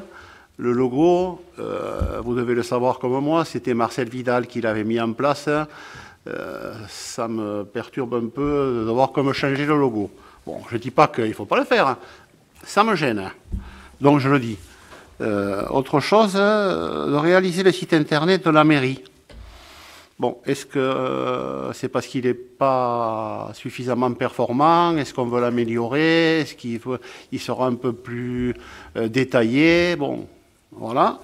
Et le dernier point, alors celui-là qui n'est pas le moindre quand même, et ça me gêne encore plus, c'est de réaliser les travaux complémentaires nécessaires dans le PE de Servières. Sachant que c'est un peu toujours quelque chose qui me gêne aux entournures, hein, quand je vois qu'on rajoute 115 000 €. À quoi correspondent ces 115 000 € supplémentaires sur ce PAE, quoi? Est-ce que c'est possible d'avoir l'explication?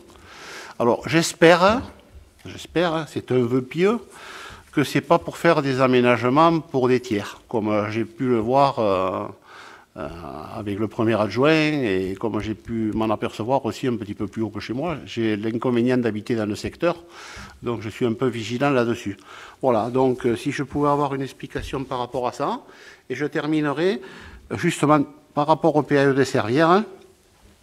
Est-ce qu'il serait possible, je sais que ça existe, c'est pour ça que je le demande, je pose la question, d'avoir le tableau qui correspond au PAE, c'est-à-dire avec la date de création, les modifications qui ont pu avoir eu lieu dans le temps, parce qu'il y en a eu certainement, qui s'est déroulé en deux tranches, bon, tranche 1 et tranche 2, d'avoir le montant des travaux prévisionnels, le montant des taxes qui étaient normalement, puisqu'il faut que ce soit en équilibre, donc il faut que le montant des taxes corresponde au montant des travaux, donc le montant des taxes qui ont été encaissées, le montant des travaux qui ont été réalisés et ceux qui restent à réaliser.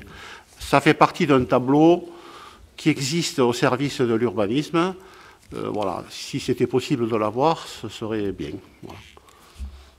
Très bien, monsieur. Alors, d'une manière générale, avant de donner la parole à Madame Souleyrac. Très volubile ce soir. Mais c'est une qualité. Hein. Nous avons pris nos dispositions après l'élection municipale qui est intervenue en cours d'année. Et il est clair que nous avons une réelle ambition pour Clermont.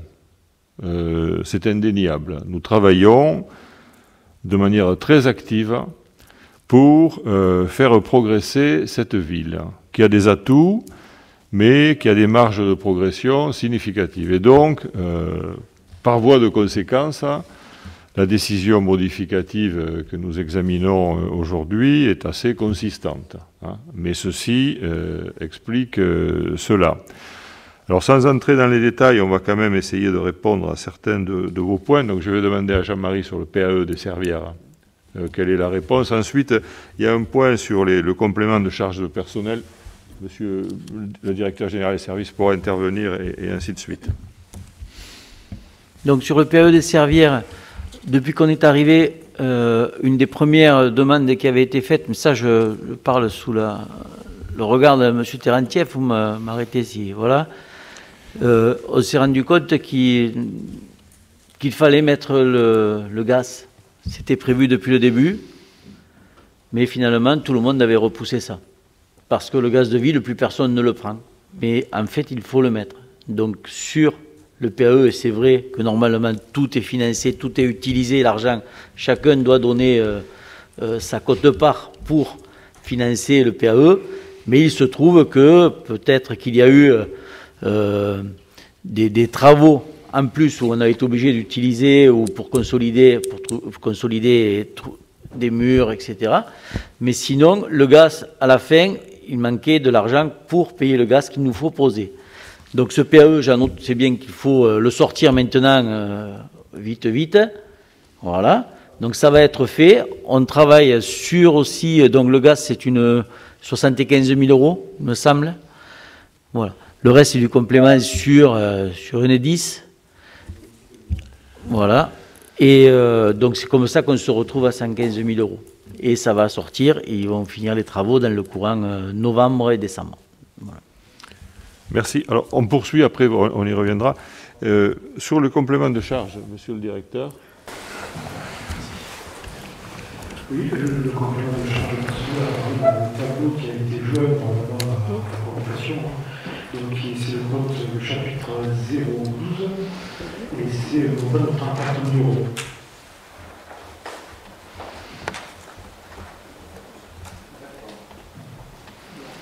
Voilà, bon, il faut une loupe, hein, pour des fois.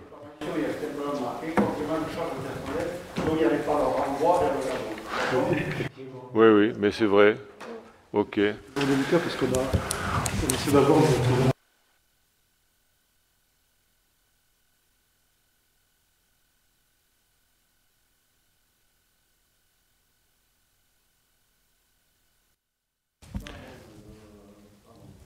Merci. Madame Souleyrac. Alors, moi, j'aurais deux petites réserves aussi par rapport au logo de la ville. Personnellement, je le trouve très esthétique, ce logo. On y est habitué. En fait, je ne comprends pas ce qui motive votre souhait de le changer. Puisque, comme vous l'avez dit, il y a beaucoup à faire. Donc, s'il y a des économies à faire, ça c'est bien de les faire. Petite remarque. Deuxième, c'est par rapport à l'audit financier. Étant donné que la Cour des comptes a supervisé les comptes de la ville de Clermont-Lérault par 2 fois. Quelle est votre motivation pour faire un audit financier? Pour faire un audit financier. Ouais.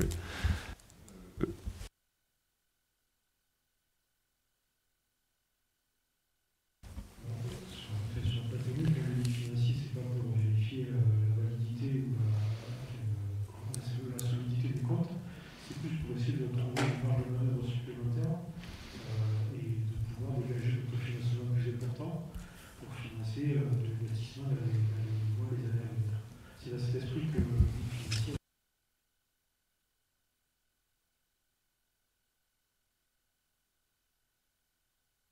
Merci, parce qu'en fait, vous voyez, j'avais fait la confusion, je pensais que c'était pour vérifier les comptes de la commune. Merci pour cette explication. Voilà, donc c'est pas rétroactif, c'est prospectif. Sur le logo, nous travaillons actuellement à refonder une politique de communication. La communication pour la communication, ça ne sert à rien. C'est un exercice vain et totalement éthéré. Mais la communication qui s'appuie sur une démarche, une détermination, un projet et un avenir pour la commune, c'est important, c'est même essentiel. À ce titre, alors je sais bien que c'est le regretté sénateur-maire Marcel Vidal qui l'avait imposé, certainement avait-il eu raison, mais il est un peu daté, pas le sénateur, pour qui j'ai une estime remarquable, mais le logo, cette forme carrée avec la couleur sienne du Salagou et Clermont-Lérault, ne reflète pas, à notre sens, ce que nous voulons impulser comme dynamique pour la ville. Donc c'est un élément, le logo, qui fait partie de notre politique de communication. Quant au site internet de la mairie, il faut le rebooster, il faut le refonder, il faut lui donner d'autres perspectives, il faut aussi une image de la ville, c'est important. Et voilà, nous en sommes là. C'est vrai que ce logo a besoin d'être réajusté à la politique que nous impulsons.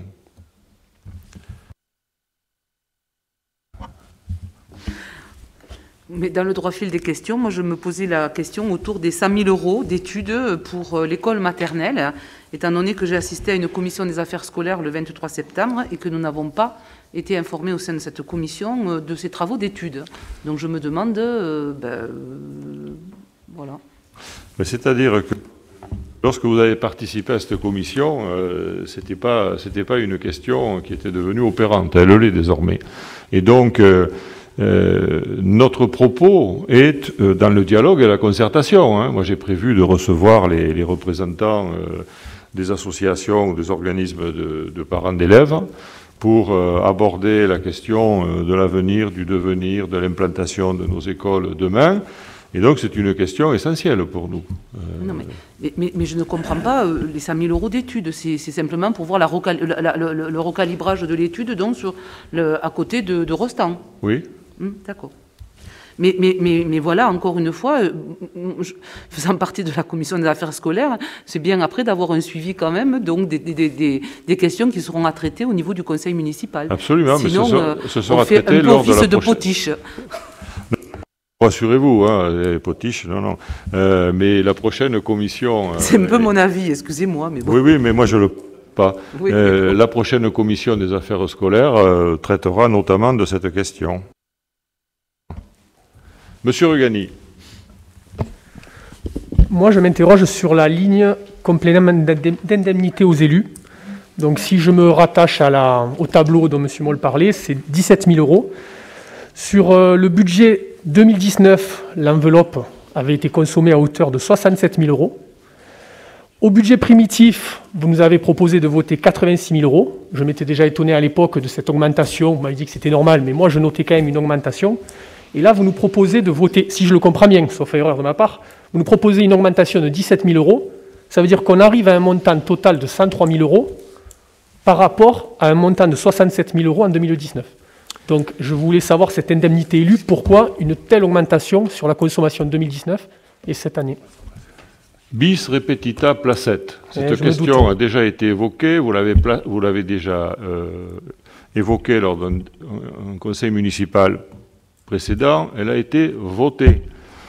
Nous servons 8 adjoints et des conseils municipaux délégués, le maire. Nous avons décidé de baisser les indemnités du maire et des adjoints dans une proportion de 20% pour servir les conseillers municipaux délégués. Ils le sont tous de la majorité.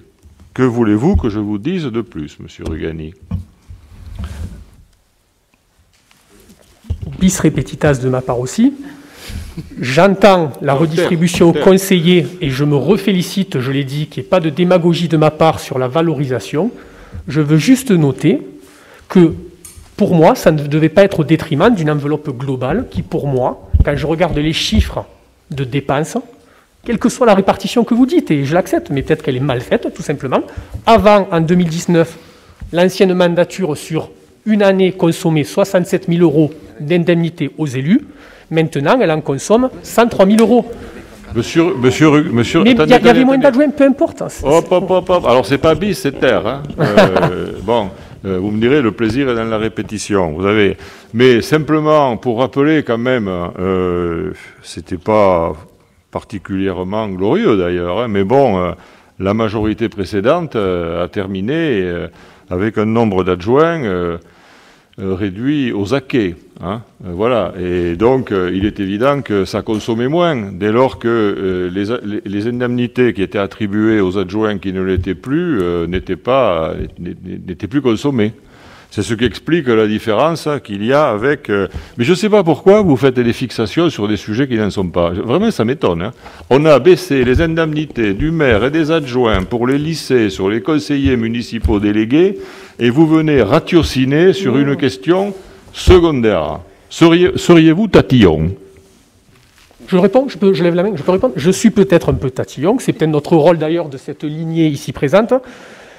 Voilà, d'accord, c'était moins consommé avant, on est bien d'accord, c'était pas glorieux le nombre d'adjoints qui restait sur l'ancienne mandature. Mais ils consommaient 67 000. On avait voté en budget primitif 86 000 €. Déjà, ça m'avait titillé selon vos termes, mais on avait voté pour, parce qu'il ne fallait pas qu'il y ait de démago. Mais là, je vois qu'on glisse une fois de plus, une augmentation sur une décision modificative, mélangée au milieu de plein d'autres, c'est notre remarque de départ. C'est tout. Après, voilà, j'aurais aimé, comme on l'a dit, que tout ça soit un peu séparé pour qu'on puisse voter pour ou contre certaines de ces lignes. Moi, oui, je suis tatillon sur le fait de voter en début 86 000 €, parce qu'après tout, c'est ce que vous avez budgétisé au début de votre mandat et on ne s'y est pas opposé.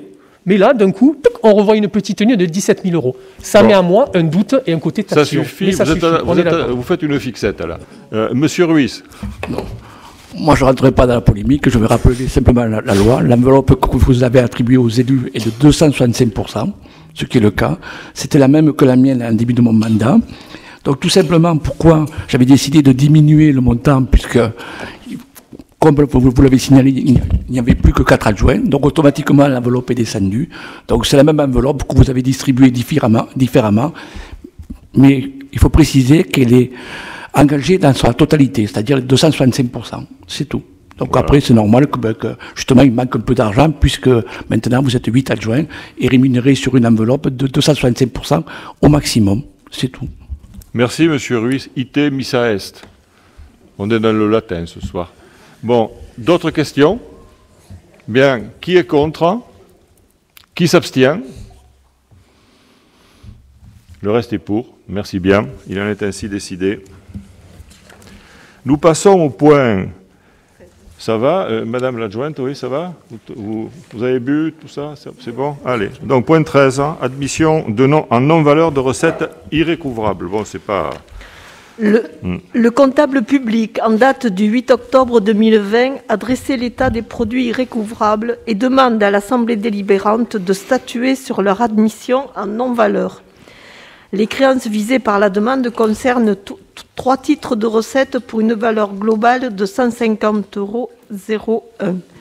Cette admission dégage la responsabilité personnelle et pécuniaire du comptable, mais ne fait pas obstacle à un recouvrement ultérieur s'il s'avérait possible. Les crédits budgétaires au compte 6541, créances admises en non-valeur, sont inscrits au budget primitif 2020. Il est proposé au conseil municipal de décider de l'admission en non-valeur des créances irrécouvrables selon proposition du comptable public présenté ci-dessus, d'autoriser Monsieur le maire à engager toute démarche et à signer tout document ou acte se rapportant à l'objet de la délibération. Pour explication, les 150 € représentent des frais de cantine de personnes qui n'ont pas payé. Voilà, merci. Y a-t-il des questions? Bon, Je mets aux voix. Qui est contre? Qui s'abstient? Qui est pour? Il en est.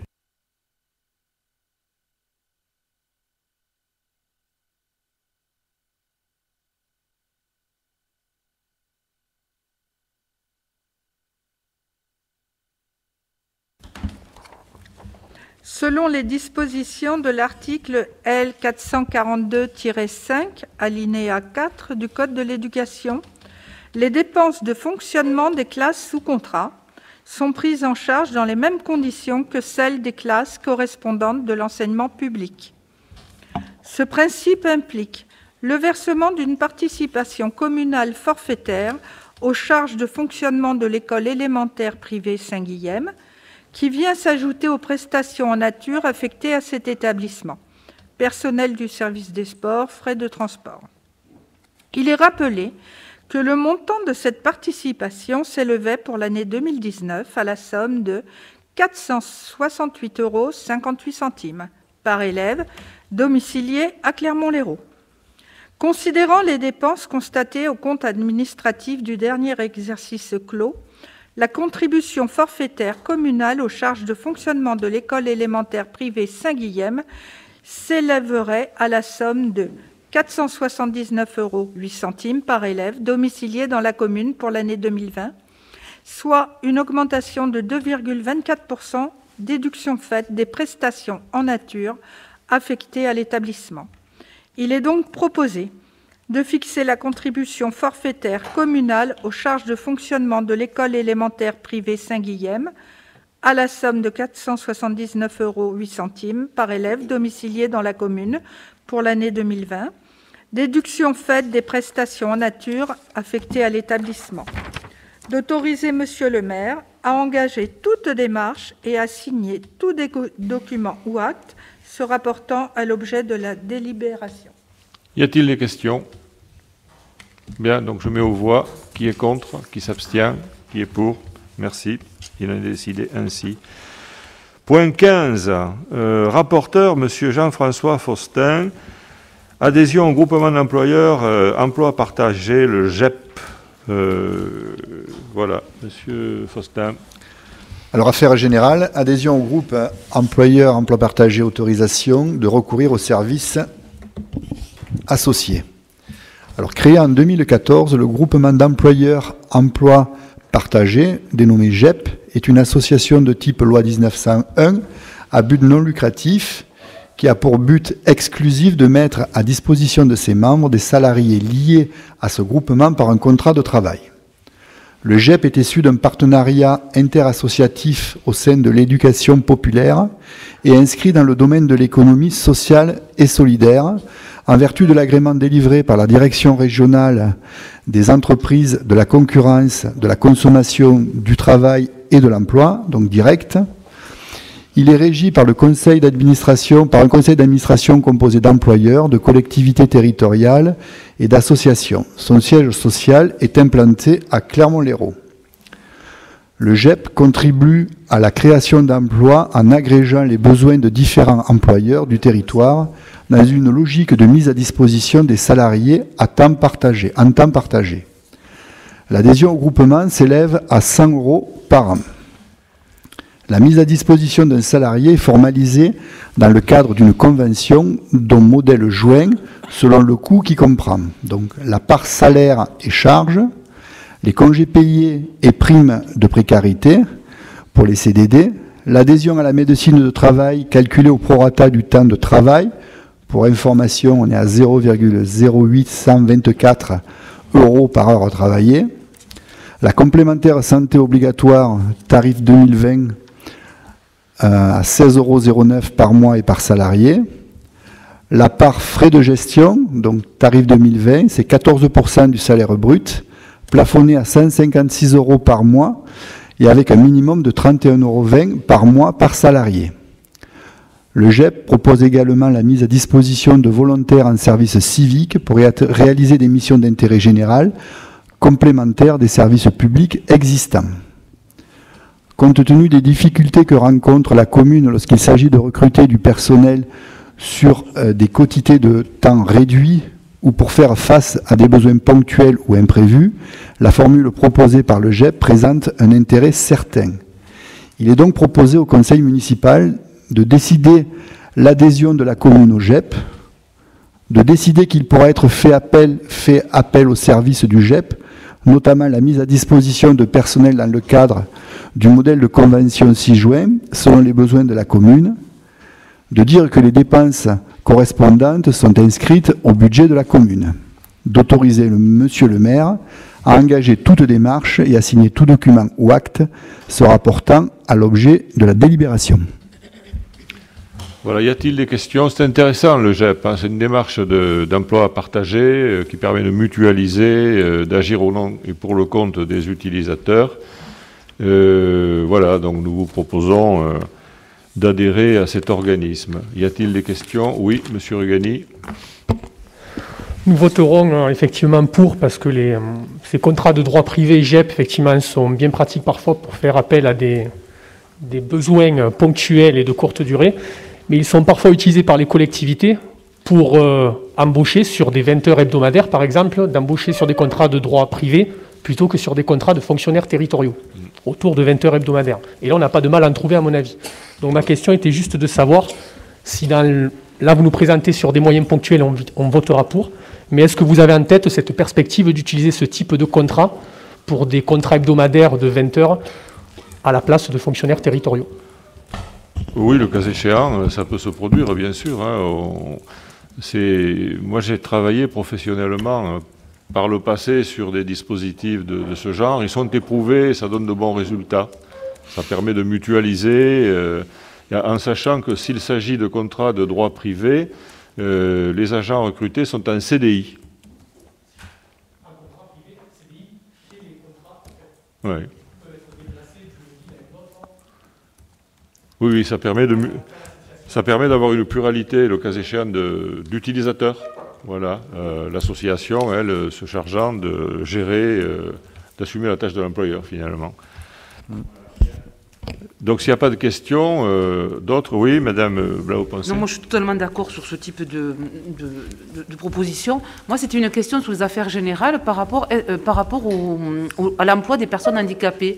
Est-ce qu'au niveau de la commune, on est au quota réglementaire ou est-ce qu'on paye une amende par rapport justement à ces emplois-là?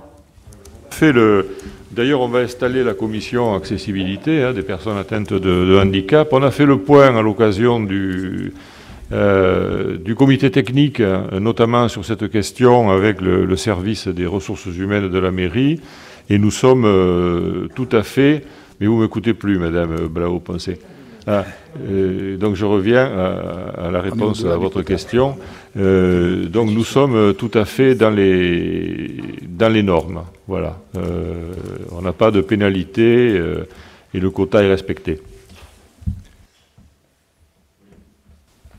Je me suis laissé perturber aussi, du coup je n'ai pas rebondi sur votre réponse, puisque vous avez répondu, je vous remercie de dire que vous envisagiez cette possibilité d'embaucher plutôt un contrat GEP de droit privé comme fonctionnaire. Voilà, moi je tenais quand même à dire, ok, on a tendance à croire qu'en prenant un agent de droit privé, il va être peut-être plus performant et on va optimiser plus le travail. J'en suis pas forcément convaincu. J'en ai parlé tout à l'heure par rapport au CIA, le RIPSET, les IAT. Je pense que dans la fonction publique, en manageant bien les agents avec des élus proches, il y a moyen de bien manager et optimiser un service public avec des agents publics. Donc, j'adhère au fait, je ne le cache pas, de faire appel au GEP, c'est un super organisme, mais attention à une dérive de nos services publics, à penser qu'en sous-traitant la main-d'œuvre totalement, on gagne en compétitivité. Je n'en suis pas, moi, complètement convaincu. Voilà.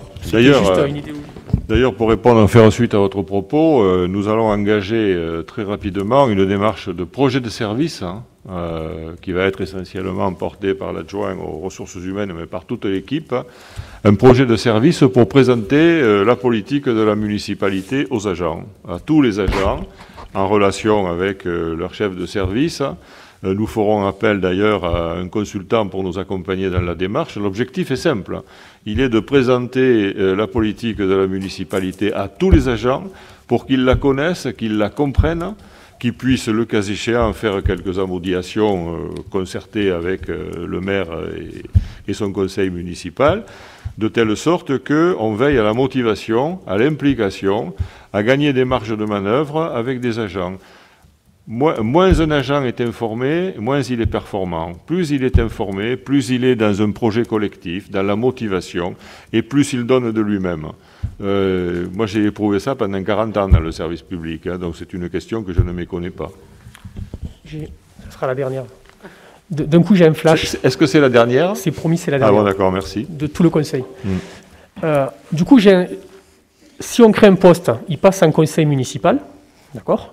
Là, du coup, si vous faites appel, c'est juste une question technique, si vous faites appel à des agents, des besoins supplémentaires, et que vous les passez en contrat GEP, est-ce que ça passera en conseil? Vous décidez d'embaucher un nouvel agent en 20 heures, voire 35 heures par ces contrats-là, avec bien sûr le budget municipal.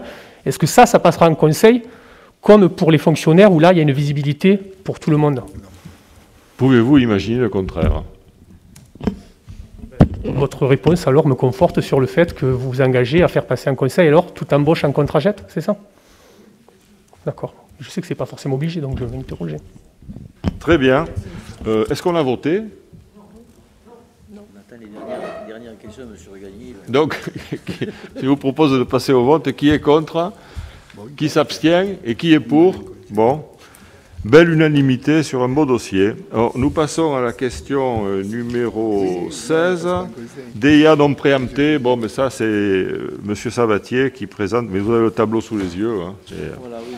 Donc, je ne veux pas toutes les citer. Pardon. Oh, merci. Donc, il y en a 24. DIA du 10 septembre au 15 octobre non préempté. Je ne les donne pas toutes. Hein. Voilà. Donc, c'est juste une information, il n'y a pas de vote. Pas de vote. Hein. Donc, je passe à la 17. 17, M. Sabatier, tu te passes à la balle à toi-même. Je me la passe. Information, décision prise par M. le maire en application de l'article L. 2122-22 du Code général des collectivités territoriales. Décision prise par M. le maire en application de l'article du Code général des collectivités territoriales, décision du 18 septembre 2020, signature d'une convention de mise à disposition d'un local municipal pour la Somégim. Somégim, c'est un syndic de copropriété et qui en fait loue la salle, puisque ce n'est pas une association, c'est un privé, donc la salle Brassens lui est accordée, mais contre une rémunération pour l'Assemblée générale. C'était déjà comme ça. Et du 19 octobre, demande de subvention à la DRAC pour réalisation de travaux de sécurisation et d'entretien du château des Guillens. Voilà, subvention qui a été accordée d'ailleurs, hein, pour 30 000 €, je crois.